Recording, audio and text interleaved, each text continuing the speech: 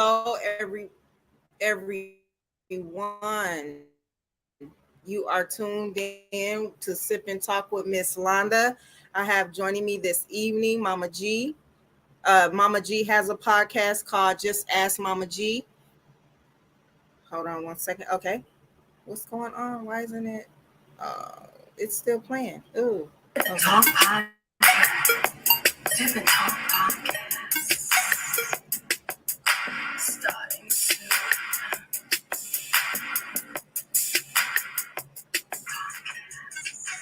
All right. It's freezing and it's not okay, there we go. There we go. All right, you guys, what's up? I'm back again. It's Miss Londa and I am here with Mama G. Mama G has a YouTube channel called Ask Mama G, where she be giving you, tell them what you be talking about, Mama G. Let them know. Hello, Sip and Talk. This is Ask Mama G from World Tune Radio TV. And I talk about raising children. My slogan is Ask Mama G because I have my PhD in parental household discipline. So whatever you have in your household, I probably raised it, loved it, taught it, spanked it, and definitely prayed over. The reason why I have the show is because 4 different children have been raised in my household. My first one did the entertainment world. My second one is the Special Olympics guy. My third one went to that prestigious school called the Army Navy Academy where all the rich kids go. And then the fourth one was my challenging one. I adopted my nephew who came to me at 16 with only 10 credits from high school. And when he graduated from high school, he graduated with a 3-point grade point average, had an offer to play football, but he said if I brought home a Barbie doll and she said she was pregnant, you would castrate me. I said, yes, you're absolutely correct. So no, he's a cashier now at one of the grocery stores in town. So all of my children have been successful because I taught them Proverbs. You don't have to, some people say you have to teach them Jesus. No, you teach them common sense first. Then you can teach that Jesus later. But Proverbs is the best book to teach your youth, your children first, because that gives them wisdom. So, yes, you probably heard my daughter. She used to be a background singer with Black Crows and travels the country. And she worked with Michael Jackson and everybody else that you can think of in the industry. So that's why all 4 children are different. And then unfortunately, I lost Rory Jr. And so I know how it is to lose a child. And you keep going on and on after you lose your child. Yes. So this young man, this young man heard about my story and said, you need to have a show. And I'm like, I can go to college. I know anything about statistically raising children. I just did it myself. He said, that's what we need to hear. Give us encouragement and advice. And that's what I do. But I don't play it. Like Sunday, a young man who's a successful young man on my show, he's a wonderful dad, but he said he leaves raising children to their mother. And I said, that's not right. Because then your daughter is not going to pick a young man who knows God. She's going to pick somebody that makes money. And he could be a dog. But if he knows God, he'll probably be a more better mate. So you have to take them to church too. And my baby, my youngest one, Mr. Big Fluffy Eddie, just walked through the door. Isn't that cute? And he's looking at me like I'm crazy. Like, what are you talking about? I'm on the air. I'm on the air and I'm talking about you. Yes. So you can go to your room now. Here, you want to say hi? Come here, baby. Come say hi. You remember that movie, Blind Side? Well, I'm the black version of Blind Side. Say hi, Eddie. Hello. How are you? I'm all right. All right. Nice to meet you. Now you can So I told them how I told you you can't come here with a little Barbie doll pregnant if you play football. And then you know what I'll do to you, right? She'll give me $1 million for her. No, I would not.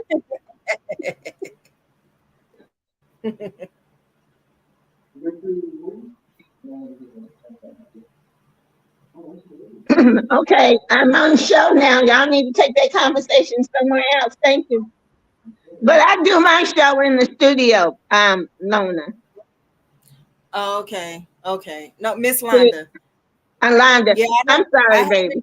graduated to a studio yet. I have like a second room that I made into a podcast room, but my internet connection is so bad that I have to come in my living room and be right by the internet box. So yeah, I'm in my living room right now. No, so the young man who owns World Tune Radio, he has a studio where they do recordings. I do my podcast. They make local businesses commercials. And so I'm one of their podcasters, and Yes Ma'am is another podcast, but she invites local rappers on her show, and I'm not into that. So, Yeah, I tried it just because I want to I want to help bring people that's coming up, but when it right. comes to that, it's like the respect level, the communication level, it just doesn't work out for me. You know what Oh, I'm saying? So okay. yeah, I understand. I understand completely. yeah. So, what's our So topic for today? as we spoke, we were going to be talking about the Basketball Wives, the Real Housewives of Atlanta, and Sisters. And you Oh, said my. you were familiar with all of those shows. I try not to watch them as much as possible because their language, they can't seem to stop calling each other female dogs. But, you know, I have looked at them and I was like, so y'all get millions of dollars and then fighting? Maybe I should get a show and make me $1 million. Hey, You gonna fight Mama G? hey, I'm the one armed bandit, if that's what you want to call me, because I was born with cerebral palsy on the left side. So part of one side of my body is like 50% functional. My right side is 100%, but my left side is like 60% functional. So I can still beat you up now, and I can. Don't get me wrong. I can cuss. And I'll make you feel bad once you get talking to me. But my son, Rory Jr., who was a youth minister, told me, he said, if you have to cuss, that shows me how intelligent you are. You don't have an intelligent vocabulary to hurt me with, with intelligent words. You have to go down to that level. That means you're not intelligent. So I stopped cussing. And Okay. I would just call him and say, you're an idiot. You're foolish. Yeah. And I Stop said, the foolishness. I would tell people you don't have a brain of an ant. And he said, see, that's intelligent. So that means I'm dumb. You don't have to call me a dumbass. And I was like, oh, okay. You can say that. I said, okay, sir. So that's the one that's the one that tragically passed away. Okay. Sorry to hear that again. Oh no, you can Google his name. Google Rory Graham Jr. and you can read about his story. Okay. And Well, maybe. what I tried to do is he was the first African American cadet. Because see, that school houses rich parents' boys. Like O.J. Simpson's son went there. Pamela Anderson's son went there. Sugar Ray Leonard's son went there for summer school. So rich, and then senator's son goes to academies like that. It's a boarding school, and people from different countries, like a lot of African Democrats, Democrats, I can't say the word. They send their kids to that school to learn how to be leaders. Okay. And it's not cheap at all. Um, but But if you qualify and they give your son an interview, you can go. So my son went, and he was the first African American student to ever be chaplain for 3 years. And so after he graduated, he was offered to go to West Point. But girl, you know, black men, they can really get on your last nerve. His father told him, man, you want to go to West Point? You just got out of a uniform school. And I'm like, but they offered him a full free ride. Yeah. He said, man, there's a war. And I was like, how dare you tell my son that? So he didn't go.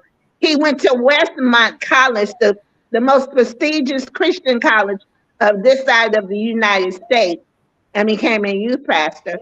But he went swimming at Lake Nacimiento and drowned in 2009. Oh.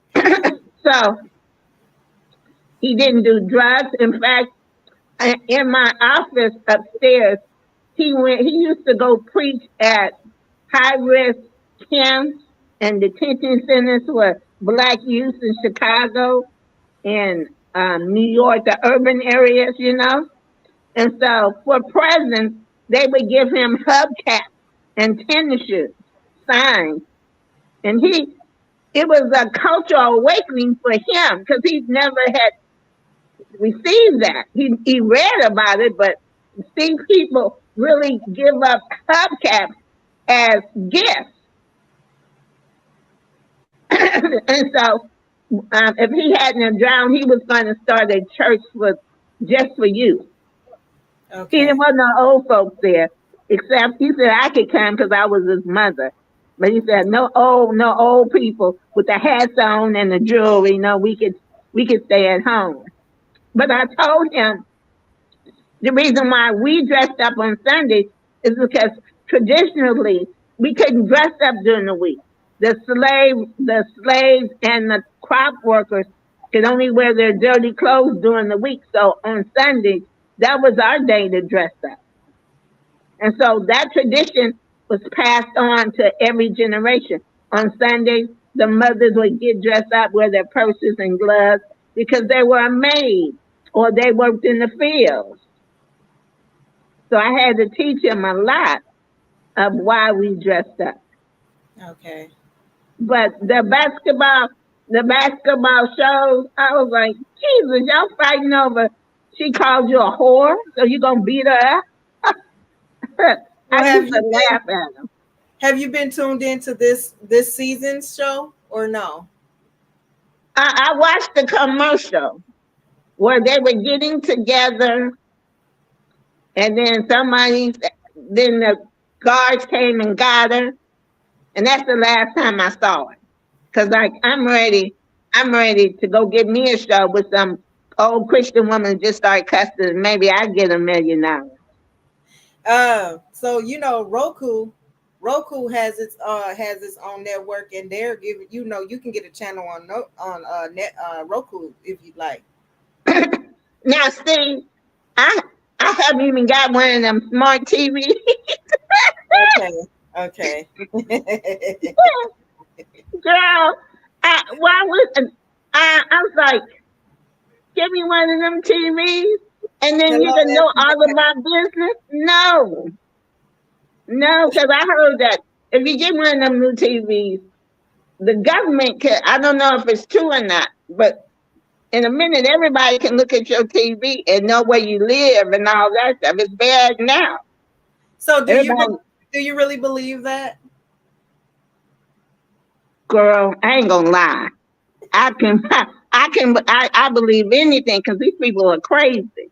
See, like I wanted to go make me a sign that says the SR-15 needs to go away. No, what's the SR-15? Huh? What is the SR-15? You know, that automatic rifle. Okay. And I was gonna make a sign and go stand in front of City Hall or one of them government buildings. And my husband said, and tomorrow some crazy white man is coming by our house and shoot it all up. Hell to the no. He told me no. Don't go down there protesting. You keep your little black behind right here. But yeah. No, So the reality shows, I used to look at uh what's that show with Niecy in it? The Housewives of Atlanta. yeah, I'm watching that now. That who's on it now? So it's Marlo. She finally got her peach because Marlo. It took a minute for Marlo to get her peach. Um, it's Candy, my Oh, girl she's still on Candy. there? Yes, I love Candy. Kenya is still on there. Um, Drew Sidora, and there's a new girl, Sonya. She ran track or something like that. Like she's a gold medalist. And Okay. and What happened to Niece? What happened to Niecy? I stopped watching after her husband died. Niecy. Are you talking Yeah, about Nene? yeah. Well, Nene was off the show before her husband died. Oh, okay. Yeah, she was off the show before her husband died. And it was like a lot of stuff going on between Nene and Bravo. She put a lawsuit against them, and yeah, Right. I saw yeah, that. yeah. I saw that. I mean, it's I. This is a capitalist country. So if you got an audience, you can make your money. And You know and what I then don't like though? You know what I don't like though? Because what? like okay, like it's a couple of new TV networks out. One is Zeus and the other one is Now That's TV. And what I'm seeing is you got all these young girls. Like it's like a bunch of young people, right? If it's not young people, then it's the LGBTQ. But what I am noticing, okay, let's start with the young girls. It's like they're on camera and they're parading themselves half naked. They feel like all they got to do is shake butt in the camera and fight. And Yeah, then with what? LGBTQ, it's like they're fighting constantly. Like it's like they feel like that's the only way that they can get views. Yeah. Well, you have to understand, it's fighting and sex. People get glued to say, "Oh, look at that fighting," or "Look how they're making sex." The country is deteriorating with morality. Like, I don't talk about the pride celebration on my show. I don't. I don't mention that at all. Some people are like, "Well, why don't you?" I said, "Well, because it's not a lifestyle I agree with. So I'm not going to talk about it. Because if it says in the word, I go by the basic instructions before leaving Earth. If in the word it says you can go to the doctor and say, "Well, I don't want to be a boy anymore. I want to be a girl," that's fine. If it was in the word, but it's not. So I don't talk about it. I I have an uncle. I have a cousin. They're both in the gay lifestyle, but I have rules. They couldn't come. Their partners could not come to my house and spend the night. I would be very hospitable. I would feed them, talk to them, but staying the night in my house, no. If you come to me Well, that's and tell me, understandable. huh? I said that's What? understandable. And so, like my um my uncle, he adores me, and he goes, "At least you're honest. You're not gonna put that. You're not gonna put this up front of you. You can't talk to me because I talk to him quite often, and I used to talk to him when I used to date men. I say, "Uncle, what's wrong with this man?" And he would tell me, "Girl, I used to have a ball talk to him about men. It was funny. It was funny. But, don't call me a bigot because I don't agree with your lifestyle." Oh no, you're entitled to feel how you feel. You know what I'm saying? You didn't say that you completely cast them out. You said, they welcome to the barbecue. You will feed them. You will let them, chill, but they can't stay the night. That's And your and I right. don't want to see and I don't want to see them kissing and all that good stuff. That kind of display, you do it in your home, but not in mine. And I have grandkids, so Right. you know. Right. And so, in fact, I'm on one of the commissions for the city, and the city had a, a pride function, and they asked Mm-hmm. me what I was going, and I said, "Honey, my husband is a deacon at the church." They see me down there. Oh, Sister So and So was down at the gay stuff. Oh Lord, have mercy, no. So I said, no, thank you. But I was nice about it. I said, oh no. But yes, the reality shows, I get upset because a lot of people think that's real life, and they think, and the young people, because they market 18 to 35 people to watch that stuff, and so they have no respect because you can be called a bitch now any time of the day for Yeah. anything. There's Yeah. no respect, Yeah. none, none. And as parents, we have to watch what we say because at school they'll call each other a bitch in a minute.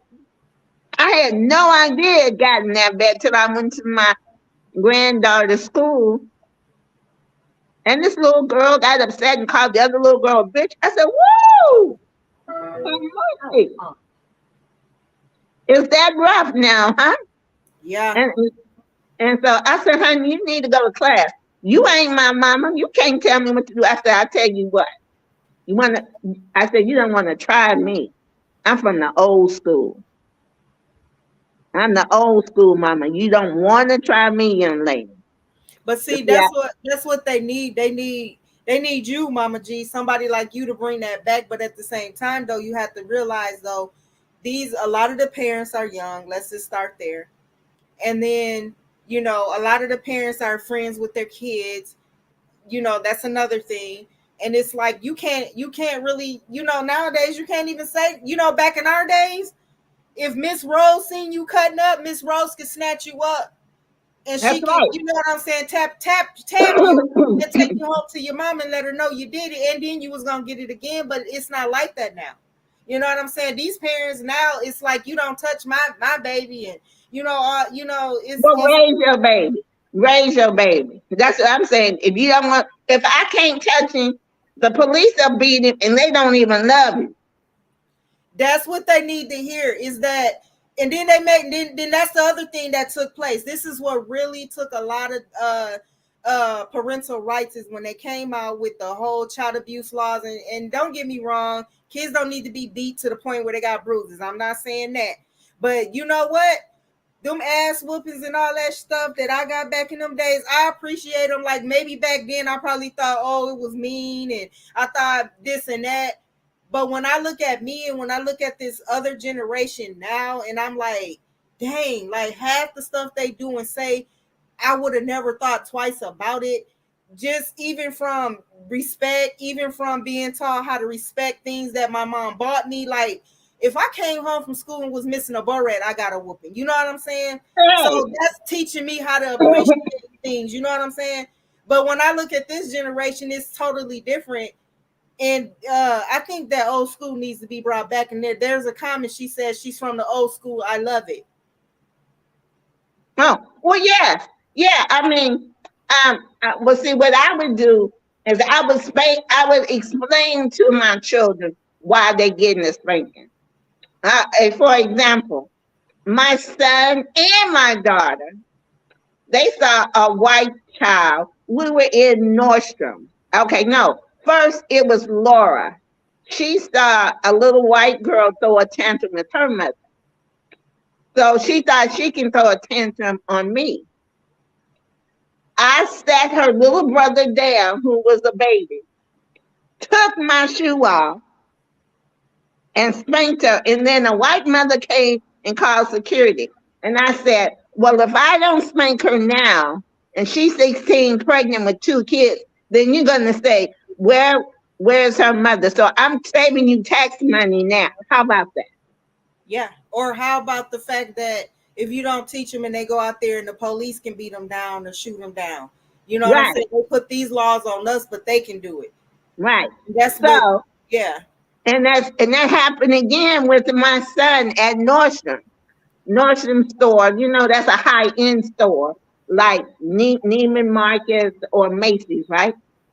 And there was this little horse thing, and he saw the little boy, said, "Mommy, I want now." And the mother said no, so he started screaming. So Roy Jr. said, "Mom, I want something." And I said, "Just wait a minute and we'll go get it." He started screaming now. And I looked at him and I said, I know he goes to a little private school, but I have to bring him back to our culture. So I took my belt off, turned him around, and started spanking his behind. And one of the security people said, "You can't do that in this store." And I said, "I tell you," I said, "if I don't do it now, you're not gonna. I love him and I'm spanking him. You're gonna beat him and hate him. So you don't tell me what to do with my child." And after that, and then years later, I saw that same security guard. I said, "You know what my son is now? He's a minister." And he laughed. He said, "Are you kidding me?" I said, "No." So I know what I'm doing. But Right. in the word says, spare the rod, spoil the child. Right. But you know what? The kids don't fear their parents like they used to back then. No, because they'll say, "I'm calling 911." And my son said he was going to call 911. And I told him, I said, "Okay, you do that. You're going to the homeless shelter. You won't have any more toys. You won't have any more of your own clothes. You'll have to use the community bathroom with people of 10 people in one room using the same bathroom. So you go ahead. Go ahead. Go Yeah. ahead." And I said, "And by the time they get here, you'll be dead because you're not Jesus. You won't resurrect, okay? You have a nice day." And he left it alone. When I said, "You ain't Jesus, you won't resurrect," he left it alone. But no, you have to tell your kids, you have nowadays you have to logically tell them why you spanked them. Now see, when I was growing up, you just got spanked and you said something smart, you got slapped and you went to your room. Yeah. Nowadays you have to explain to them, or you can use the Bible as a biblical blackmail. I used to tell them, "You act bad, God takes my money away and I can't buy you anything that you want." See, I said, I buy what you need, but there's some things you want. Yeah. But if you're disobedient, God takes that more money away from me and then I can't do it. So you have to behave. And then I'm able to get you what you want. And then That's a as they good. got older, I would say, "Your room has a box full of blessings. You don't obey me, there's a blessing that went out the window or went out the door. So God is not going to bless you. He's everybody's parent. And when you do something wrong, he is going to chastise you." So that worked. But then when they got grown, they said, "Oh, you crazy." And then they started acting crazy themselves. And then they get in some kind of situation. They go, "Oh, my mother was right." I said, "Oh, welcome to life, son, daughter. Welcome to life." You know. The after fact. The after Yeah, fact. Yeah. yeah. But looking at the reality shows, I got mad. I was like, "These Negroes here can make millions of dollars cussing and talking about, well, Fighting. I didn't say this. I heard you did this. I heard you had a dream about sleeping with my man. And you're making millions of dollars." I said, "Let me turn this crap off. Please. Jesus." I was like, I ain't making no money. But you can make money talking about them. You know I can. You know I can. You know I can because I'm like, y'all are ridiculous. I said, give me a producer. Oh, I'll have a good show. And Eddie, the one that was just on camera, he laughed at me because he goes, you can't really cuss right. And I was like, okay. What's cussing right? What's cussing right? Yeah, that well, like uh he he said when you get mad, you're supposed to tell somebody to suck something. I was like, ooh. I was like, and you're supposed to say MF in the sentence, auntie. And I was like, oh, do I?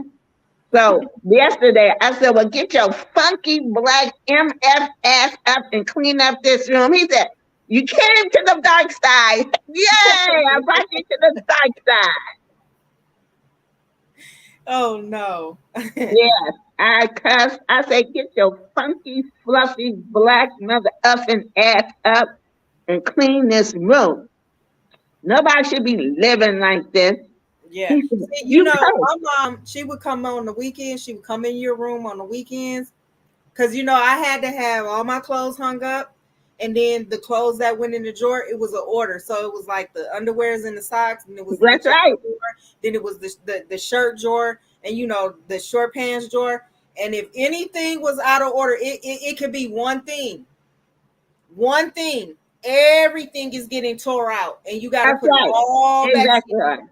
You know what I'm So saying? So I used to think that was me, but like when I think about it now, it's like I like nice things. I know how to treat it. I appreciate it. it's You know what I'm saying? organization. Even though we do it culturally different than the white people, but it was teaching us organization. And appreciation. That's it. That's it. So what Eddie does, I bought him he for some reason, him and my husband, they can't put dirty clothes in the basket, right? Mm-hmm. That's my pet peeve. Don't leave your clothes on the floor in front of your door. I'm not here to pick them up and put them in the basket. I bought you a basket. Put them in the basket. No, they put them in the chair. I was like, your clothes do not belong in the chair.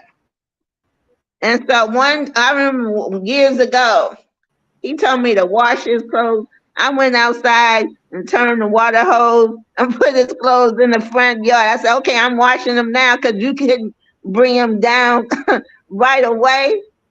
I took all of his clothes, put them in the front yard and put soap on them and washed them with the water hose. And he said, what the hell are you doing?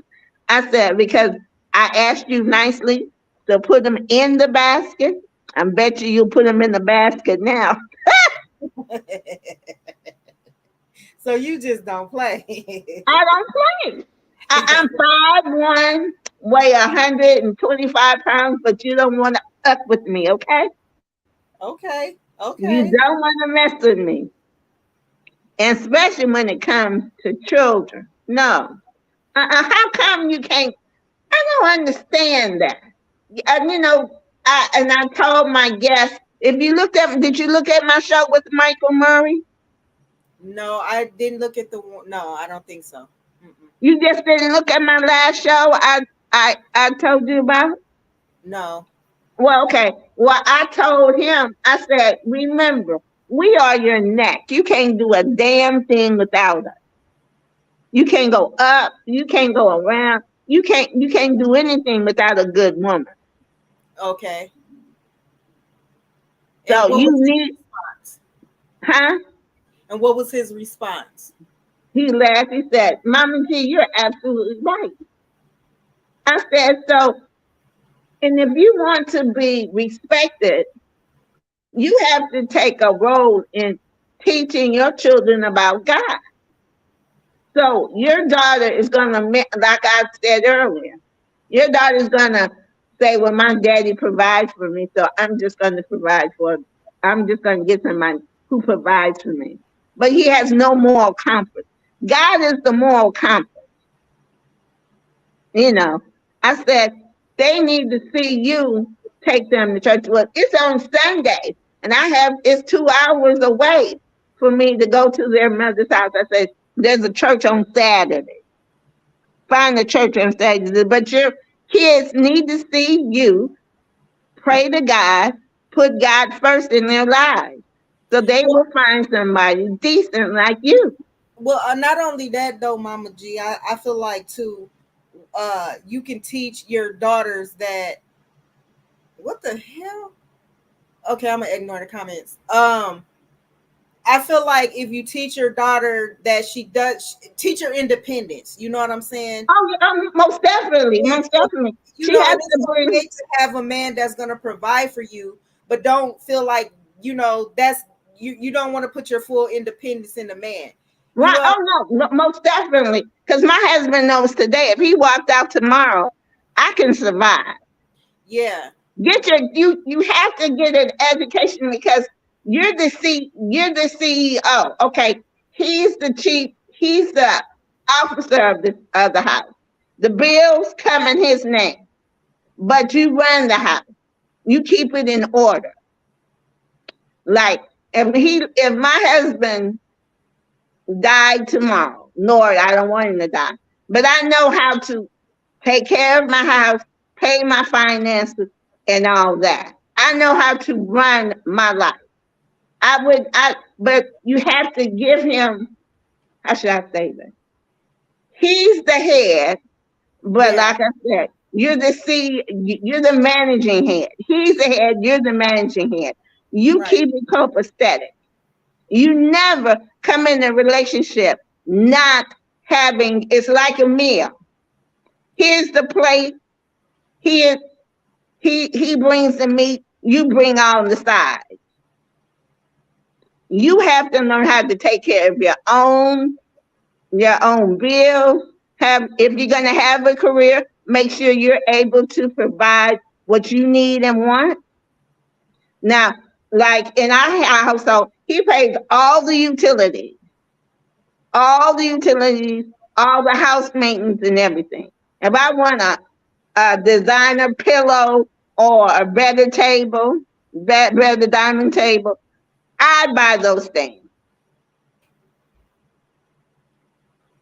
But and so we have that. We have that. So we have that. He buys to keep the house maintained, all the utilities, the cars, and all that. I buy what the decorative essentials to the house. yeah, See, so, but like I said, we have the insurance. When he passed, my house is paid for. You have to sit down and prepare for life. yeah, See, you have to sit down and prepare for life. Now, for instance, um, my son that had seizures, he's 41, but I had to get insurance on him. I have to pay for his when he dies. I have to pay for my service. I have to pay for his services out of pocket because he had seizures. So we had to sit down and find the mortuary that we could buy insurance. So when he passes away, his burial and everything is paid for. But we can't, so we couldn't buy life insurance like everybody else. We had to buy that burial insurance. But you have to sit down and make that life decision. You have to do that. You have to do that. So everybody has a part in the marriage. Everybody has a part in the relationship. It's a teamwork. And I'm not answering the phone right now. Oh Lord, have mercy. Oh Lord, no. yeah. I ignored it. I'm sorry. Hello? I hear you. Can you hear me? Yes. Oh, I didn't know that could happen. But anyway, so we have to we have to sit down and make our family plan. You have to. And a lot of black folks don't do that. You know, in the other cultures, they sit down and they take money aside because they know we gonna die. So everybody knows how they're gonna be buried, when how much it's gonna cost. And if you do it while you're alive now, it doesn't cost much. So if you do that pre-burial stuff, and we don't do that as as a As a culture. black community. Right. Black community, we don't do that. We sit there and moan and say, "Oh, Jesus, where we gonna get the money?" But you spend all your money on your nails, on your toes. That $5 a month, you or that $15 a month, you put it to a pre burial plan. So when you do die, yeah, everything's taken care of. And we don't do that. And then another thing that makes me upset is us parents and grandparents, we have to go to we have to try to go to everything at the school. We don't do that either. That's true. You have to get involved with the PTA or the school council parent stuff now. You can't send them to school. And now y'all better put prayer back in school because hell, people are crazy. And Yeah. they get upset and they go to the school and shoot up kids. Yeah. And did you watch my last I think that might have been the one you were talking about earlier before we went live, where we were talking about the whole situation with the schools where Biden wants to combine the bathrooms and just make it boys and girls. Right, Yeah. yeah, non-gender, not no, no, not no, no, no, no, no. That causes chaos. Yeah. That causes chaos. And a 9-year-old gonna tell their parent what I'm. I think I'm a girl. But if you tell them, if you teach them the word, you don't have that. That problem is not a big problem. If you teach them about God, Proverbs, then you don't have that problem. If you teach them, because I used to, there's a verse in Proverbs, oh Lord, help. Train up a child in the way they should go, and when they get old, they won't depart. Now, you teach them that God created you. He created you the way you're supposed to be, and they read that, and they read not you don't tell them that. Oh, in Psalms, it talks about I am beautifully praise him because I am beautifully made by him. God created you. You didn't create yourself. God created you. Right. And if kids can learn that and know that God took the time to form you, like for me, I was upset when I when I finally realized that there were certain things I couldn't do because of my physical limitations. So I said I'm gonna go to school and get smart. And in the 70s, they finally let handicapped people go to college. They gave us grants to go to college. And so when you show that you're intelligent, people forget about your physical challenge. So I was kind of upset with God because my father was so strict. I could have went into the army and became a general because he used to call us and we had to stand at attention. So when I call you, you stand at attention. So I was like, God, I could be a general now in the service. But I said, well, God didn't want me to be uh, completely normal, have a normal physical body. But I found ways where I was intelligent. My aunt said the best way to help a black man is help him be successful. And that's no lie. Yes. Because he can buy our body 24/7. But if you help him become successful, he'll respect you. and Yeah, treat you like a queen. But if you're gonna show your boobs and your booty, he's not gonna take you home to mama. exactly. Is and I think this newer generation needs to hear that more. So you need to have me on your show more. So how, I'm kind of jealous. You get more visitors than I do because y'all go really raw, raw, and I You don't. know, it does get heated at times, you know. Sometimes I be mad, you know what I'm saying? But I'm like, okay, to the next show, you know, like I'll be over it by the next show, whatever. Right, You know right. what I'm But saying? Like, yeah, yeah, I we do. love your show. I We love your show. But thank they were you. right. That they were right. They the white culture um has gone. We tried to pick up. We're two different cultures, and Yeah. we go there and get educated, but don't think our lifestyles are the same. No. Well, I mean, even if they go to the schoolhouse and get educated, they still supposed to get educated at home too, though. And That's and right. and, and me as a parent who raised four kids, I can say that I'm guilty of that. That I put all their teaching into the school system. You know what I'm saying? Right. Um, I didn't even realize until my kids was like in junior high. I didn't even realize they didn't even know how to write in cursive. We learned that when we were in school. We learned Right. how to write in Exactly. cursive. We knew how to address an envelope. We knew how to write a check. None of these things are being taught in school anymore. And then here's the thing. So if you took away learning how to write in cursive, then why do we still have to do a cursive writing signature? You get what I'm saying? Exactly. Exactly. Exactly.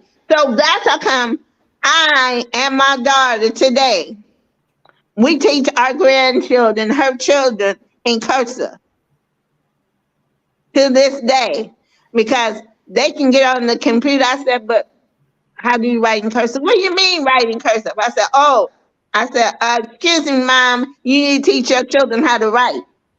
Yeah. So with I got seven grandkids. So Oh, I'm gonna Jesus. go.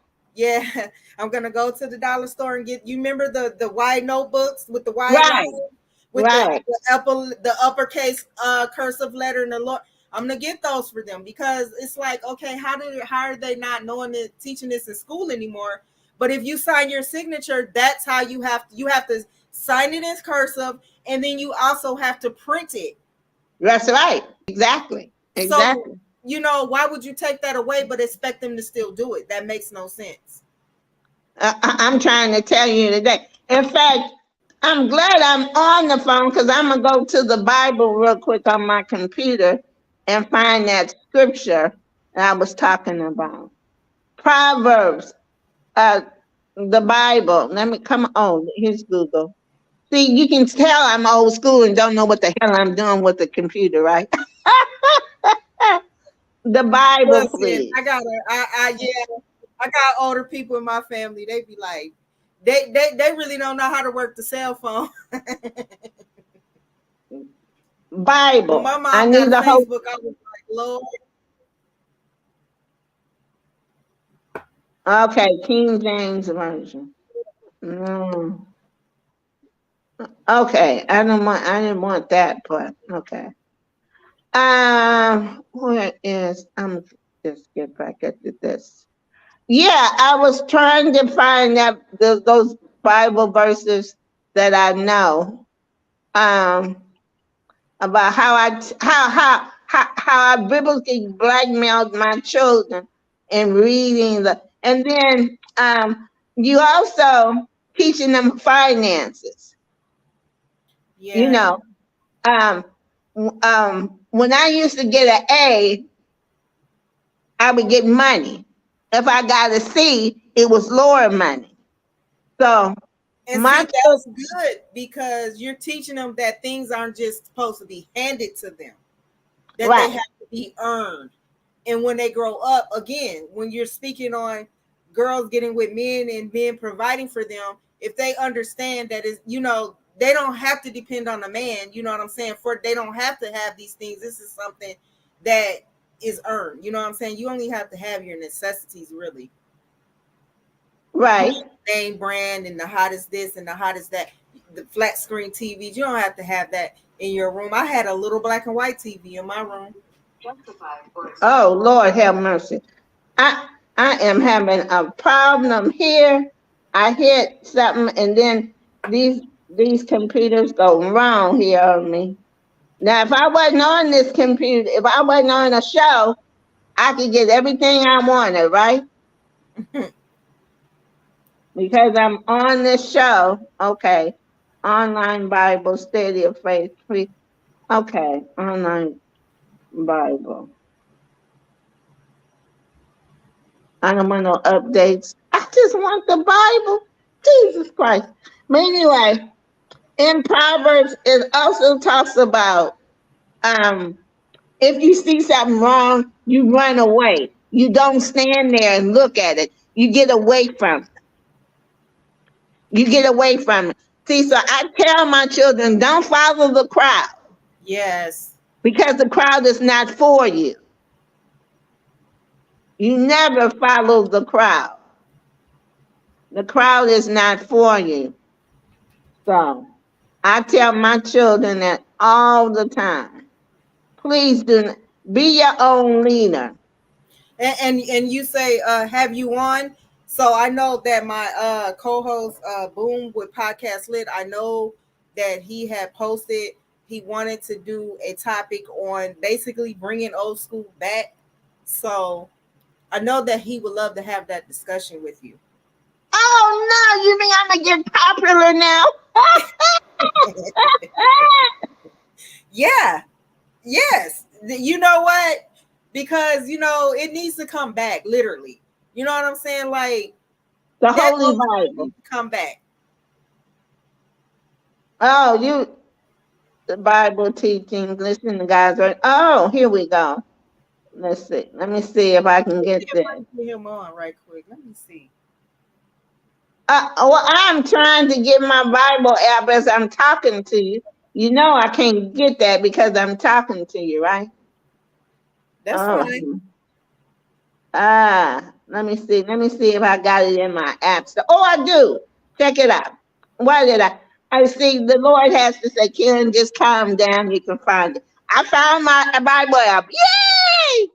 And I'm gonna hit my favorite book of the Bible, Proverbs, because that'll help us be a better parent. I'm telling you what I know. I used it. I used it a lot. It was called Biblical Blackmail, and I used it. Okay. Okay. Now see, it says here, let the wise listen and add to their learning, and let the discerning get guidance. For understanding proverbs and parables, the sayings and riddles of the wise. Now see, they need to listen to us. They need to listen to us. I'm trying to find my favorite one. Uh, let me see. Okay. Where's playing chapter 2? Okay, no, chapter 22. Let me get to 22, my favorite verse. Because it's our responsibility to teach these brats. And if we don't teach them, It definitely is. We cannot leave it up to the school system or nobody else. It is our responsibility. I agree with you totally, Mom. okay, like Eddie. Now, Eddie told Hey, me, Unique, welcome. I'm just speaking to people. oh, anybody talking about me? She say we talking the word tonight. Love it. That's what she says. Well, I love you too. Now, see, chapter 22 says, start your children off. Wait a minute, you know what? I'll let it play itself. Let me see if you can hear it. Okay, come on and play. Can you hear that? A little. Okay, well then I'll stop it. Okay, verse 6 says, start the children off on the way they should go, and even when they're old, they won't turn from it. Now, um, Eddie and Laura. Well, Roy was the middle child, was the third child. So he saw when Laura was acting crazy, he goes, "Oh, I ain't gonna do that because Mama's gonna kill her." So he wasn't that bad, except for one time he wanted some tennis shoes, and I said, "You have to wait." Well, he threw his tennis shoes away that he had. So he thought I was gonna buy him the brand name that he wanted. You know, I went to the secondhand store and I said, "Okay, little Negro, you gonna wear these. I told you not to throw away your shoes." Right. Exactly. Yes. You know, you don't have to beat them. You just take them to you go to the secondhand store and buy the raggedy shoes you can, and you put those on. I said, "Now try me now." Uh-oh, I got a handsome guy on the air. Look at this.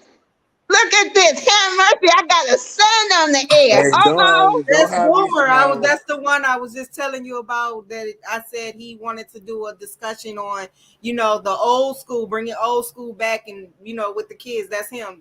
That's my co-host. Oh, well, hello there, co-host. How are you? I'm good. Don't have me in here teasing and shit. This Mama G. Boom. Hi, Mama G. How you doing?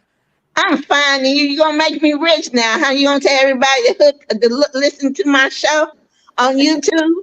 I sure will. I have no problem with She's doing that. speaking good facts, though. Boom. I ain't even gonna lie. She's speaking good facts. You know, She I mean, okay. I just don't. I'm not trying to be above anybody, but I don't want to. I don't want to listen to those chicks call each other bitches and make millions of dollars. I ain't got time. That's a fact. That's a fact. I don't be on that either. I don't think that they should be calling each other bitches. You know, I mean, and see, my son, rest his soul, said, if you have to cuss, that means you're not intelligent. What's That's wrong the with your thing. You don't know. You don't vocabulary? have a. I would. I mean, I would say.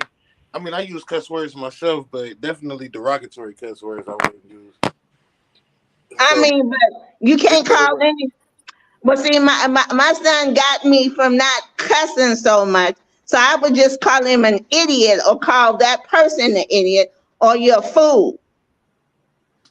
big facts, big facts. But I normally just try and stay away from them anyways. If you give me idiot vibes or fool vibes, I really just stay away from you. I ain't even gotta. I'm not even about to give you that energy to even call you that type of name. You know. You know, God allowed everybody to choose the way they want to live. So if you want to be an idiot, he'll say, "I'm gonna have somebody pray for you." But you know, what can I say? That's a fact. That's a fact. How you doing today, though? I heard y'all earlier when I have been eating and watching this basketball game or whatever, Oh, man. So okay, who's winning the game? Is the Warriors losing? no, they not. I'm They mad as hell. winning? Yes, they are. Shut up! Shut up! Shut up! There you go. There you You go. you I don't know happy? nothing about nothing y'all talking about. I don't even do You happy sports. about that? Oh, I'm California girl. I am. I was born in Frisco. I don't know. I don't know how to hold a conversation with you talking that.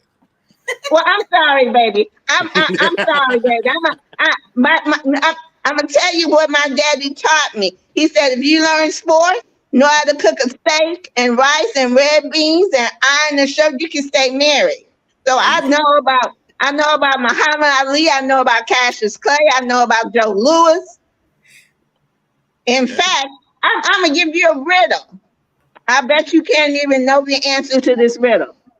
My daddy took somebody home from the hospital when they were born, and their last name is a fruit, and he's a superstar.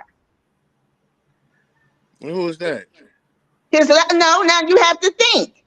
He was a superstar, and he was athletic, and his last name was a fruit. Is a fruit.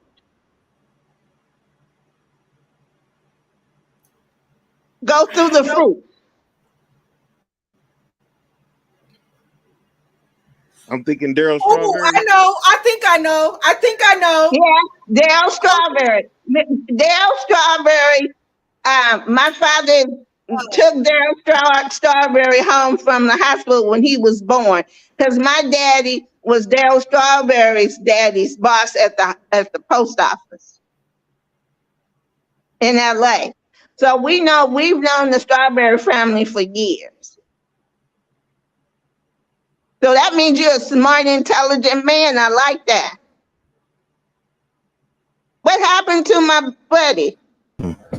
He, here you I go. had He to coming I had back. to switch. I had to switch real quick. Oh, he had to switch. Yeah, I had to switch real quick. My phone dying. But no, yeah, Daryl Oh. Strawberry. What he was a baseball player, I think, right? Or what was he? Hold on, He let me. came, he went to Crenshaw High School in Los Angeles. He was born and raised in Los Angeles, and he played for the Mets. And then right before retirement, he played for LA. Yeah, because he played what it say 17 years for baseball. I thought so. Yeah, Yep, Crenshaw and High School. that's right. Because my daddy, we would get invitations to their birthday parties and everything. And I used to love his mother, Miss Ruby, was a wonderful lady. So you don't never know who you talking to, my son in the community.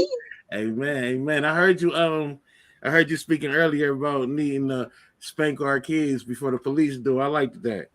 Oh yeah, because I tell Eddie now, who's 27 years old. I said, oh no, you they will. You have to have your ID on you at all times. He said, but mom, Auntie Mom, I don't look like that. I said, hey, that white man could have a bad day and say, oh, look at this nigga in this neighborhood. Let's get him. No, we not playing that. We Yeah, not playing that. In I just fact, my son, Roy Jr., we lived in the Rancho Darrell homes, and they were built in 1986. We moved here in 1993. They had just been built. And I used to tell him when he was a little boy, he could stay out and play. As he got older, I said, when that street light hits, you need to be in this house.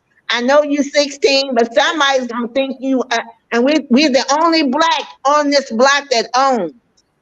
He mm, didn't believe me until one night he got stopped. The two little white boys are our neighbors, and they were walking in front of Roy. In front of Roy Jr. But the police stopped him and said, where are you going? You don't live in this neighborhood. And I used to tell my son, look at the badge number. Look at the badge number. That's all you have to do is remember his name and his badge number. He got stopped. He said, you don't live here. And he said, yes, I do, sir. And he said, where? So Roy walked all the way to my house, got to my house, and the police officer came to my door. He goes, oh, he does live here. I was like, yes, can I do something for you, officer? And then he goes, oh, ma'am, we just wanted to see if we wanted to make sure your son got here safe. yeah, right. And I was like, and then he looked at me again. He says, oh, you look familiar. You work for the city, don't you? I said, yes, I do, sir. And so he saw my husband with the Army and Navy jacket on, because my son went to Army Navy Academy, that rich private school for boys. And he goes, oh. And so then I said, you have a nice night. And so I said, Roy, what happened? He didn't believe I lived here. And I said, I thought so. Yeah, man, they definitely will racial Oh, profile you. okay, Okay, I'm there you go. done. Oh, go ahead. Go ahead. I'm No, back. I was saying they definitely a racial profile you when you in the area they don't think you're supposed to be, and they don't give a damn. Like I heard stories about All the people. I heard stories about people who are just realtors who are just selling the house and they try and hit them with robbery or, you know what I'm saying? It's like, hold on, man, I'm just selling this house. I'm supposed to be in this area selling the house, but just because they're a person of color, they want to send all these police officers and things like that, or they fear, or you even supposed to be around here? You supposed to be? Are you out here trying to rob somebody or whatever? Like, but um, That's the problem. I'm a community. I wouldn't call myself an activist. I call myself a wannabe activist because I definitely would love to be a part of it. But man, I think that's really where our problem lies. We have so much problem with each other in our community that we do try and branch out to do other things. But the problem is that we do need to be inside of our community, selling our own homes, buying our own homes, buying our own land, because a lot of times we're just going out there to get away from the area that we in. You know what I'm saying? We don't want to be around all the bullshit, the little kids calling the other kids bitches and all this and the no respect having and stuff. So we try and move into a whole nother area, but not realizing that we get maybe even bigger problems or the same. You know what I'm saying? It's because I could either walk down the street in the hood and worry about some other food just because I'm in the wrong hood, or I could walk down the street in the white neighborhood and worry about the police because I'm in the wrong hood. At the end of the day, I'm in the wrong hood, period. Like, it's like, damn, where's the right You're in hood? the wrong. That's it. And my 20-year-old grandson, he wears, he's wearing this new hairstyle, I guess the nappy braids or the nappy twists. And I said, you go down, you come in my neighborhood looking like that, and the security people are going to call the police. They showed the hell are. Yeah. And with the sagging and all of that, they automatically are stereotyped. Yeah. Oh, well, no, you can't sag around me. Yeah. I used to tell my son, I used to have belt. Lona, is that Lona, right? Oh, Miss Londa. Miss Nanda, I used to have belts. I would go to Walmart and buy belts for my son's friends. They say, "Oh, you can't come to Miss Graham's house or Miss G's house sagging. She'll give you a belt." I said, "Cause I don't want your uniform. I don't want your underwear, and I don't want to see them." Yeah. From, He, from, he would be so embarrassed. Every time I would see a young man in the store, I would say, "Hey, sweetheart, come here for a minute. I need to tell you something. I don't want to see your underwear. I don't wash them, okay?" He said, "Oh, yes, ma'am, I'm sorry," and pull them up. But But you don't go to, huh? if they knew what that stood for, they wouldn't even do it. Right. And I told him, I said, "Do you know that means that you're ready to have sex with a man in jail?" He couldn't believe that. I said, "That's the truth. Yeah.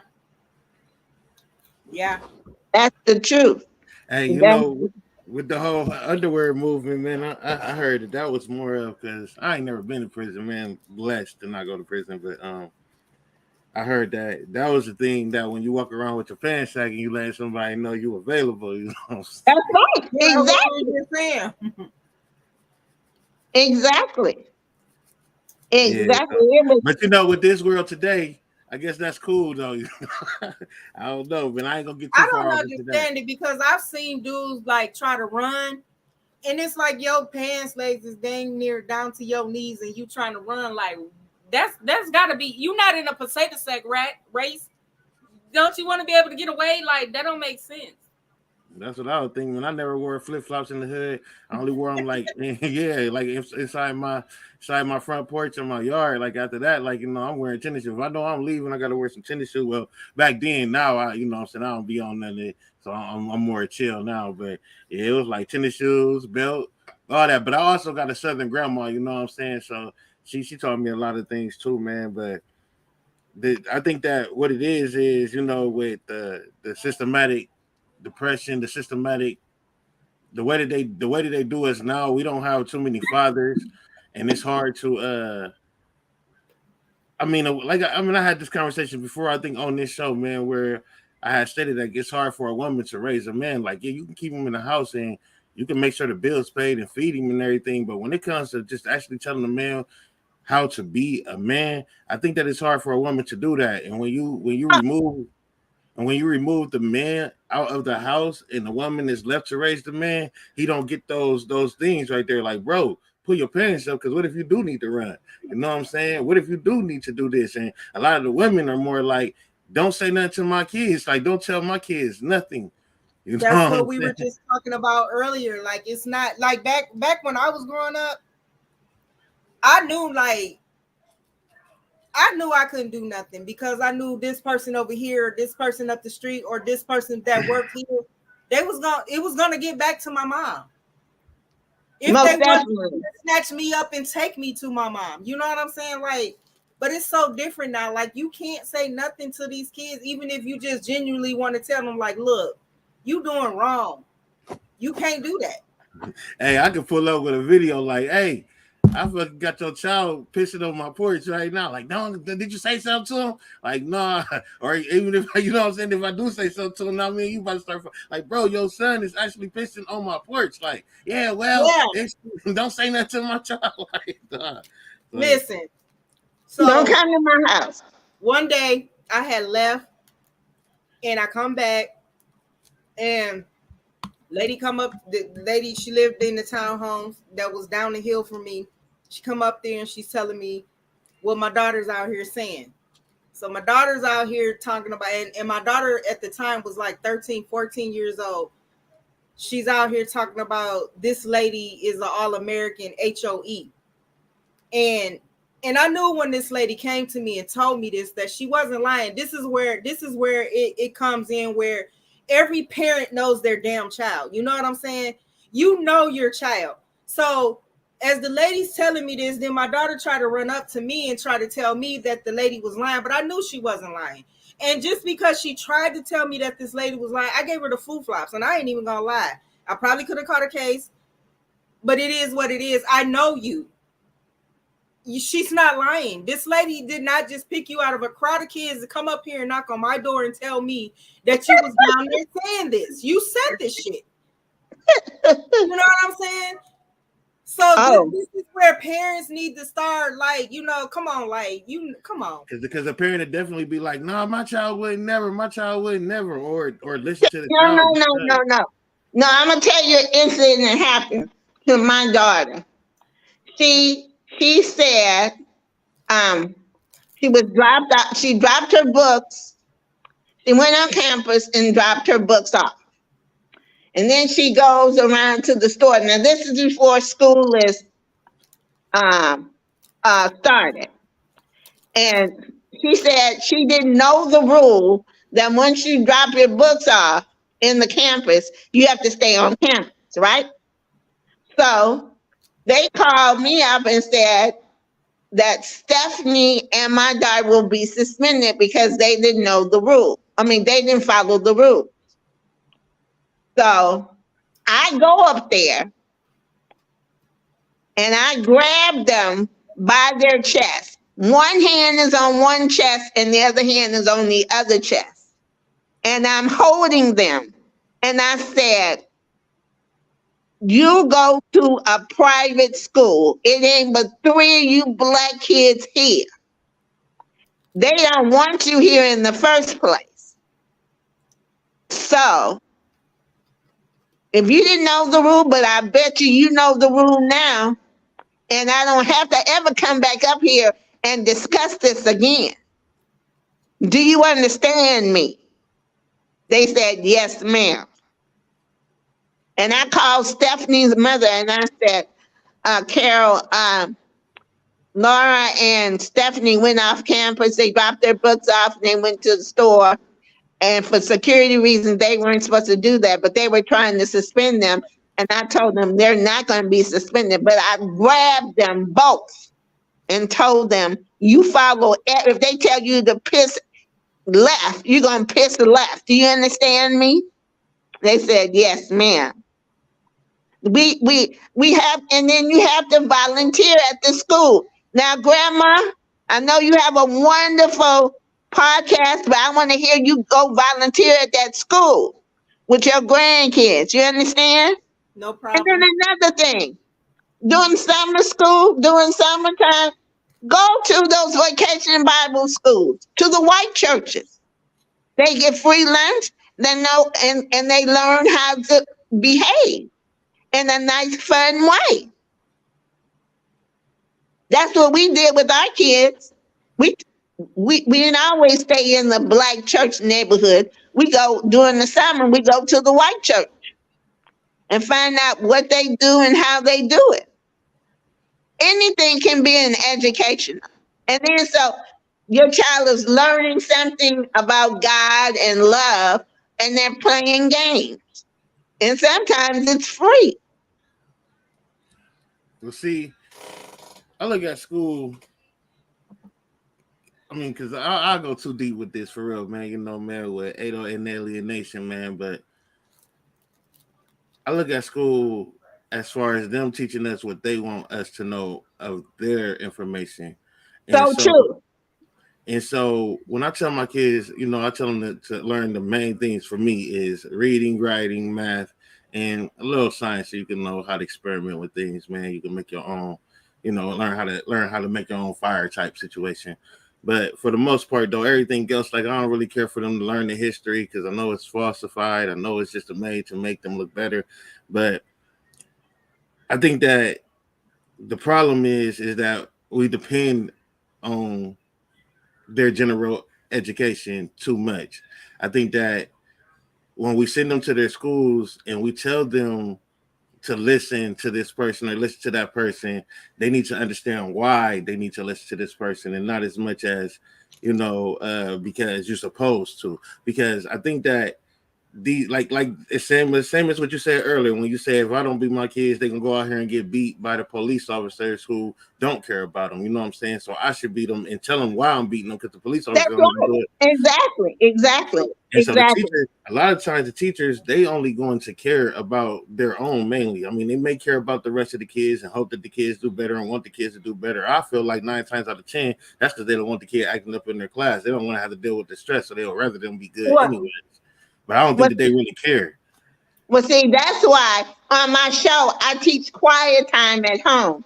You get a time. You get a timer, and you sit at the table with all of your kids or in the room, and everybody has to sit with their hands folded and be quiet for 5 minutes, including the parents. So once they go to school, they know what quiet time is, and you increase that. See, Well, everything you should be. See, everything can be taught at home. See, they don't teach you that in parenting classes because we don't go. I was the only black parent in 1979 that went to the parent class.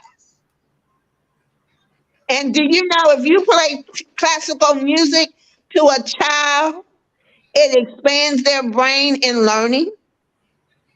I didn't know that. Well, they See? say when you're I pregnant, you didn't know play that that. type of music because when your child is in your womb, the child learns what it hears while they're in your womb. And when they get out, because I didn't play nothing but classical music. And my oldest was a classical prodigy. And because we everybody was taught music, they did better in math. But they don't teach us that. If you don't go to the parenting classes that they offer, you don't know that. My my oldest and my youngest, they took math in college. They took the exam, the entrance exam for college, and they didn't have to take math the rest of college because they took it when they were in high school. Plus, I did it with music, and I did quiet time. So get your time clock every day for 5 minutes. Everybody sits down and put their hands in their lap for 5 minutes and don't say anything. And you'll be surprised how you can think, how you can visualize, and write it down. And you'll be surprised when, so in school, they can be more attentive. They can be more attentive. Yeah, they can be more attentive, And especially if it's at home. so unique in the comments, she says, teachers are just teaching general studies. It's still our duty to teach the rest, the reality. That's kind of Right. like what we were speaking on earlier. Exactly, exactly, exactly. And then go to the library. Get on your computer and talk about Black history. Now, it's too many books out there. There's a book from Dick Gregory talking about Black history. Do you know how really Watergate started? Through a Black security guard who found the door open It was supposed to be locked. And he was doing his rounds in the hotel, but they don't tell you that. And he went back and found the door open again, and he called the police. And that's how Watergate got started. A black security guard saw the door open to the Democratic Party headquarters that should have been locked, not once, but twice. And he called the police and said, there's been a break in. There's something suspicious going on. And that's how Watergate started. But you Yeah. don't know that because they don't tell you that. You need, I tell people, and we can get these books on audio now. There's no excuse. I can't read these I read comments. it. So Okay. Unique says, she says, I'm going to try that with the family. I tend to play straight worship instrumental when I sleep. I'm loving that idea. Yeah, it worked. It worked. It worked. I'm trying to tell you. And then the audio books. You can buy, if you don't like reading, but your child does, go buy those books on audio. And y'all listen to the books and read them together. And that helps. It's there's no excuse for us to be still behind and begging like they ain't doing right by us. We can do right by ourselves if you want to. I stated that before, man. I had somebody say to me, man, I ain't gonna say no names, but I had somebody say to me, was I afraid of the white man? And I said, no, I'm afraid of my own because we beg the white man. Because we always talking about y'all don't do this, y'all don't do that when we don't do for each other. We want them to put us on their cameras when they're going to clip out our situation. So we can sit here and have a conversation with the newscast and say the real. But when they put it on the actual news, they're going to break down our whole 10-minute conversation into 30 seconds. And then they're going to ask questions and use part of what we said during the interview and use part of that didn't even go with the question that they asked, but make it go with that question. A lot of times it still doesn't even pan out to what we actually trying to get across. So in order for us to get our thoughts across, we have to first off come together.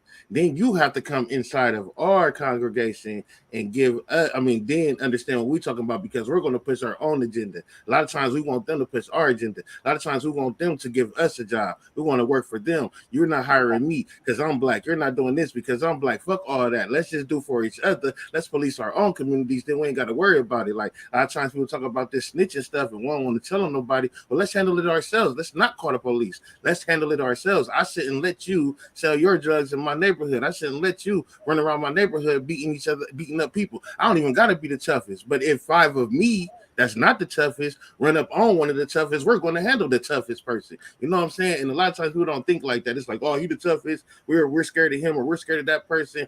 At the end of the day, man, we can handle that. We don't need nobody outside of our community coming in and handling that. We shouldn't be worried about walking down our streets. Our kids should be able to be out in the street at 9, 10 o'clock. You know what I'm saying? Even though that may be too late for them, but I'm just saying in general, if they want to be outside in the front yard playing, it shouldn't be a problem. We shouldn't be worried about who gonna be running around shooting, who gonna be running around beating somebody up. We should handle that ourselves. And a lot of times we depend on the white man. And I don't like that.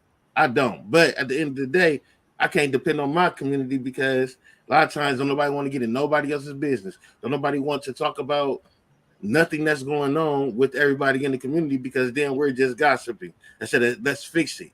You know what I'm saying? So I'm not worried about the white man. I'm worried about my community because That's So to I ask totally you a agree. question on what you when you said lynching each other, like basically like so like if we doing messed up stuff or whatever, we lynch each other.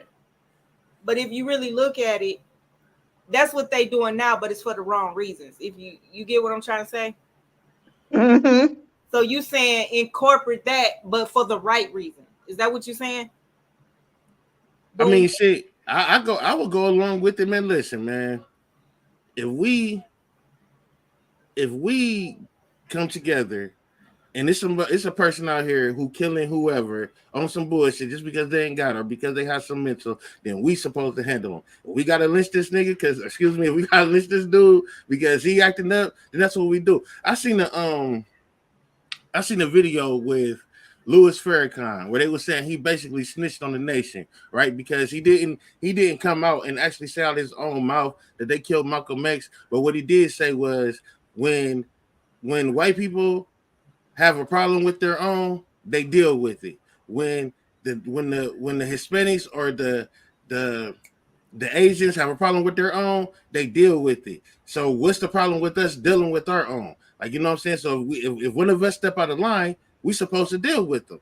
You know what I'm saying? And I fully agree with that. Like, you know what I'm saying? If you out here causing problems, take that shit somewhere else. Like, don't keep that shit here because my kids got to be here, your kids got to be here, everybody else's kids got to be here, and they don't need to go along with your ideology because you think that that's how it's supposed to be, or this gangster term. A lot of times, people, like she said, with the history. Okay, at this point, we all got this mentality that gangs are wrong, but we all know why gangs started. You know what I'm saying? And that was to defend ourselves. So if we, as a gang or a community or whatever you want to name it, defend ourselves, then anybody that's not riding with those rules should be outcast. I don't care what color you is, and especially our color. Like, you know what I'm saying? You shouldn't be around us if you're going to cause drama. My grandma should be able to walk down the street happily without having to worry about somebody taking her fucking bag. And if somebody do, then I don't care if that's your grandmother or not. If you see that shit happen, you should get in the middle of it. Period. That was my thing when I tried to do the whole little topic about gangs and stuff. And it just kind of I felt like I was kind of like being told like mind your business. But my thing is this: when that whole little snitching rule, if I'm not a part of the streets, I feel like that don't apply to me. But at the same time, if I'm living on the block and I've been living on the block for years, and I know all Miss Rose do is get out there in her line and she plant her flowers and she sit on the porch and drink her tea and gossip about everybody in the neighborhood, and then all of a sudden she take a stray bullet that wasn't even meant for her, it's supposed to be for somebody else. Why should I have to keep quiet about that? Or if No, you out shouldn't. trying to You ride shouldn't. or bike or something down the street, why should, if especially if you have kids?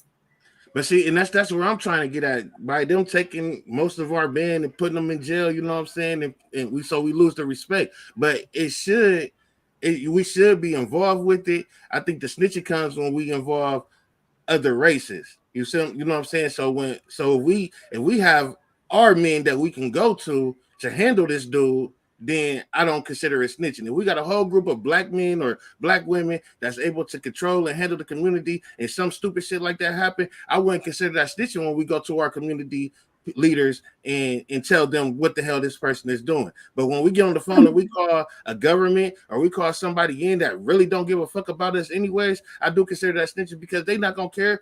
First off, they probably not gonna come fast enough until they see that this dude done killed enough people. Like, okay, you got enough of them out. Let's come in and get him now. You know what I'm saying? Okay. But Now, so I'm going to read this to you. Moral benefits of wisdom. My son, if you accept my words and store up my commands within you, turn your ear to wisdom. We don't use the basic instructions before leaving Earth. If we can get those boys and just teach them about Proverbs, teach them common sense, I'm telling you, it works. It works. I'm scared of the Bible. Why? Oh Lord, please don't be. I love God, but I'm scared of the Bible. No, don't I, be. Okay, read. I don't want. Only book I want you to read is Proverbs. Proverbs, because it says wisdom will save you from the ways of the wicked men, and, from men whose words are perverse, who have left the straight path, walk into dark ways, who delight in doing wrong and rejoice in being perversive of evil, and whose paths are crooked. Look, Proverbs is the best thing because it teaches you wisdom. I'm telling you what I know. Because my son that I adopted, my nephew, He came from East St. Louis. And you know what kind of neighborhood East St. Louis is, right? For sure. Every day before he went to school, thank you, Jesus, I would read Proverbs to him. And I was like, if you want wisdom, you have to read Proverbs. It will help you make the right decisions. It will help you make the right decisions. I mean, because there was a fighter at the school. He decided to be, he was trying to protect his friend from getting in trouble. His friend turned on him. And he said, man, you turn on me, we both get kicked out. Hold up. Let's think about this.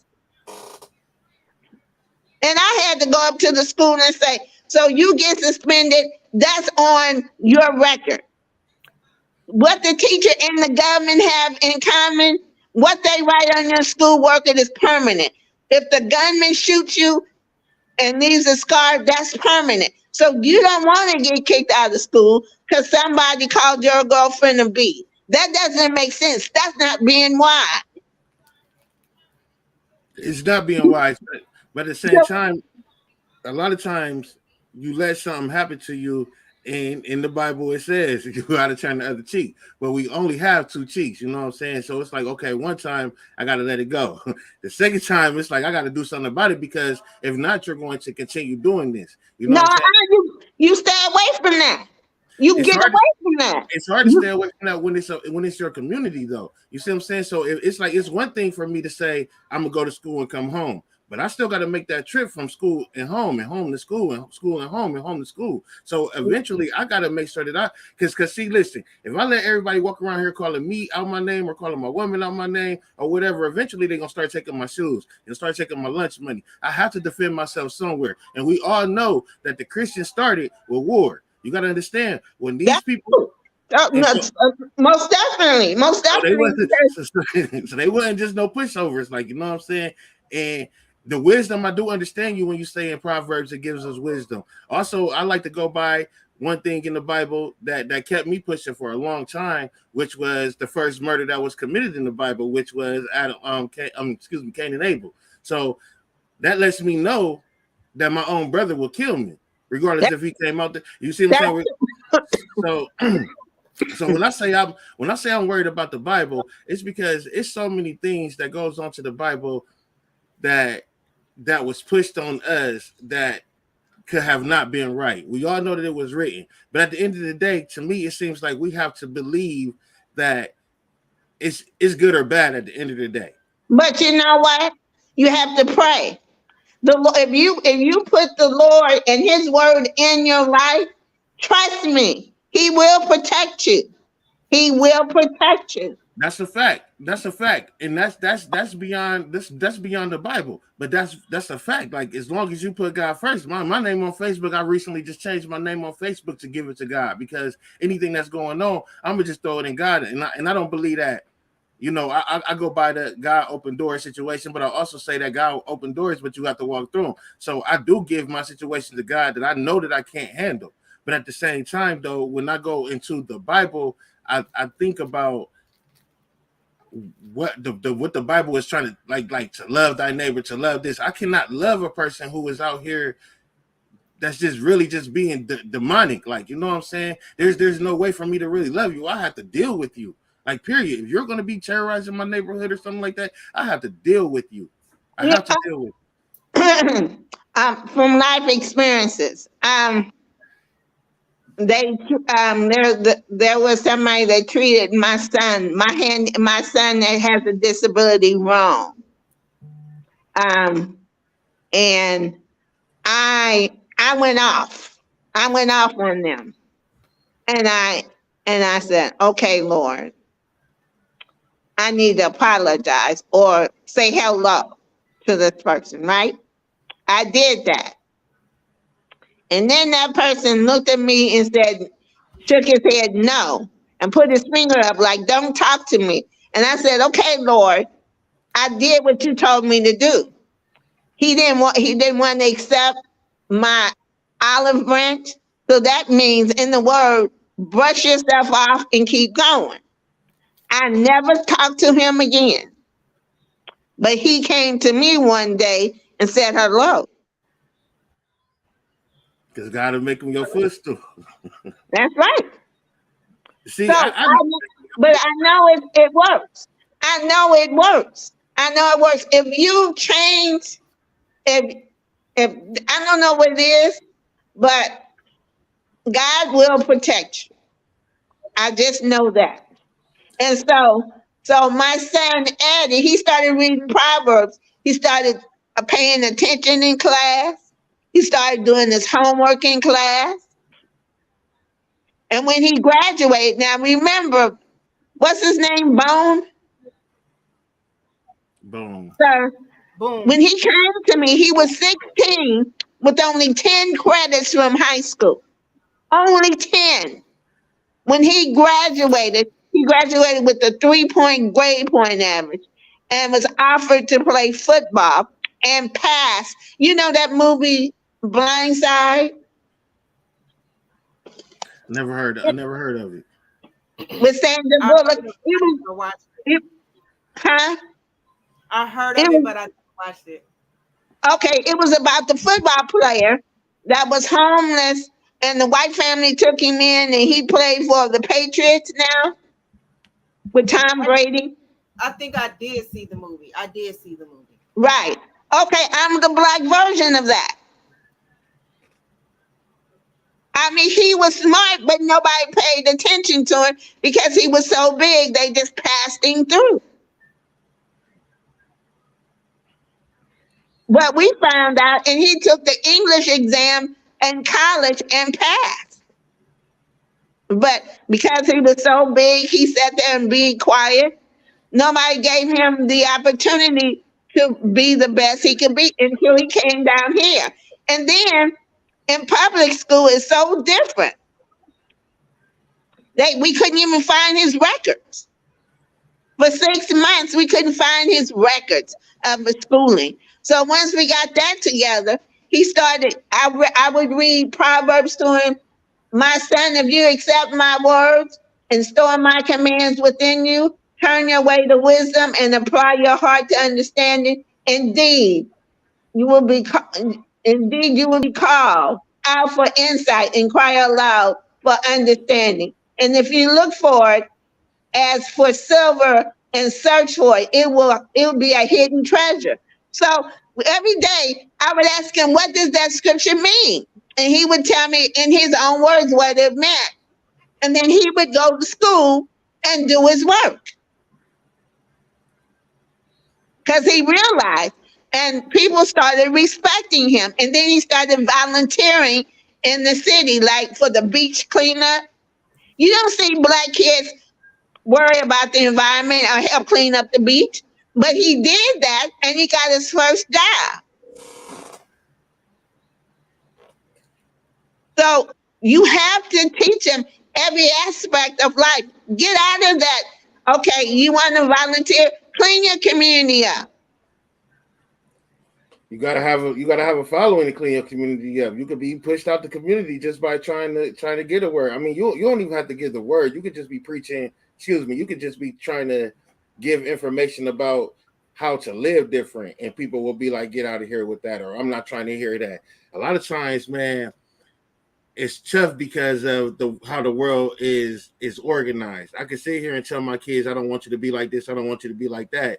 But then when they go out here and they see 100 other people telling them to do the exact opposite of what I'm doing, they can start to resent me. You know what I'm saying? So it has to come down to a common sense situation where we all know common sense ain't common no more, but it has to come down to common sense. And I respect the book, I respect the Bible, but what I'm saying is when you go into the King James version, you know what I'm saying, the Old Testament of the Bible, and you look at the 10 Commandments, those are all common sense, you know, and some people don't have common sense. So that's what you would need this Bible for, is in order to get the common sense. Because why do I need somebody to tell me not to have sex with why do I need a book to tell me not to have sex with a whole bunch of women when I know that I can catch STDs? I know that I can catch something or something can happen to me. Why do I need a book to tell me not to take for somebody or steal for somebody when I should know that that's not mine? You know what I'm saying? I mean, like a lot of times when you look at these things in the Bible, a lot of it is common sense. Now, some of the stories that I do like to go through, like for instance,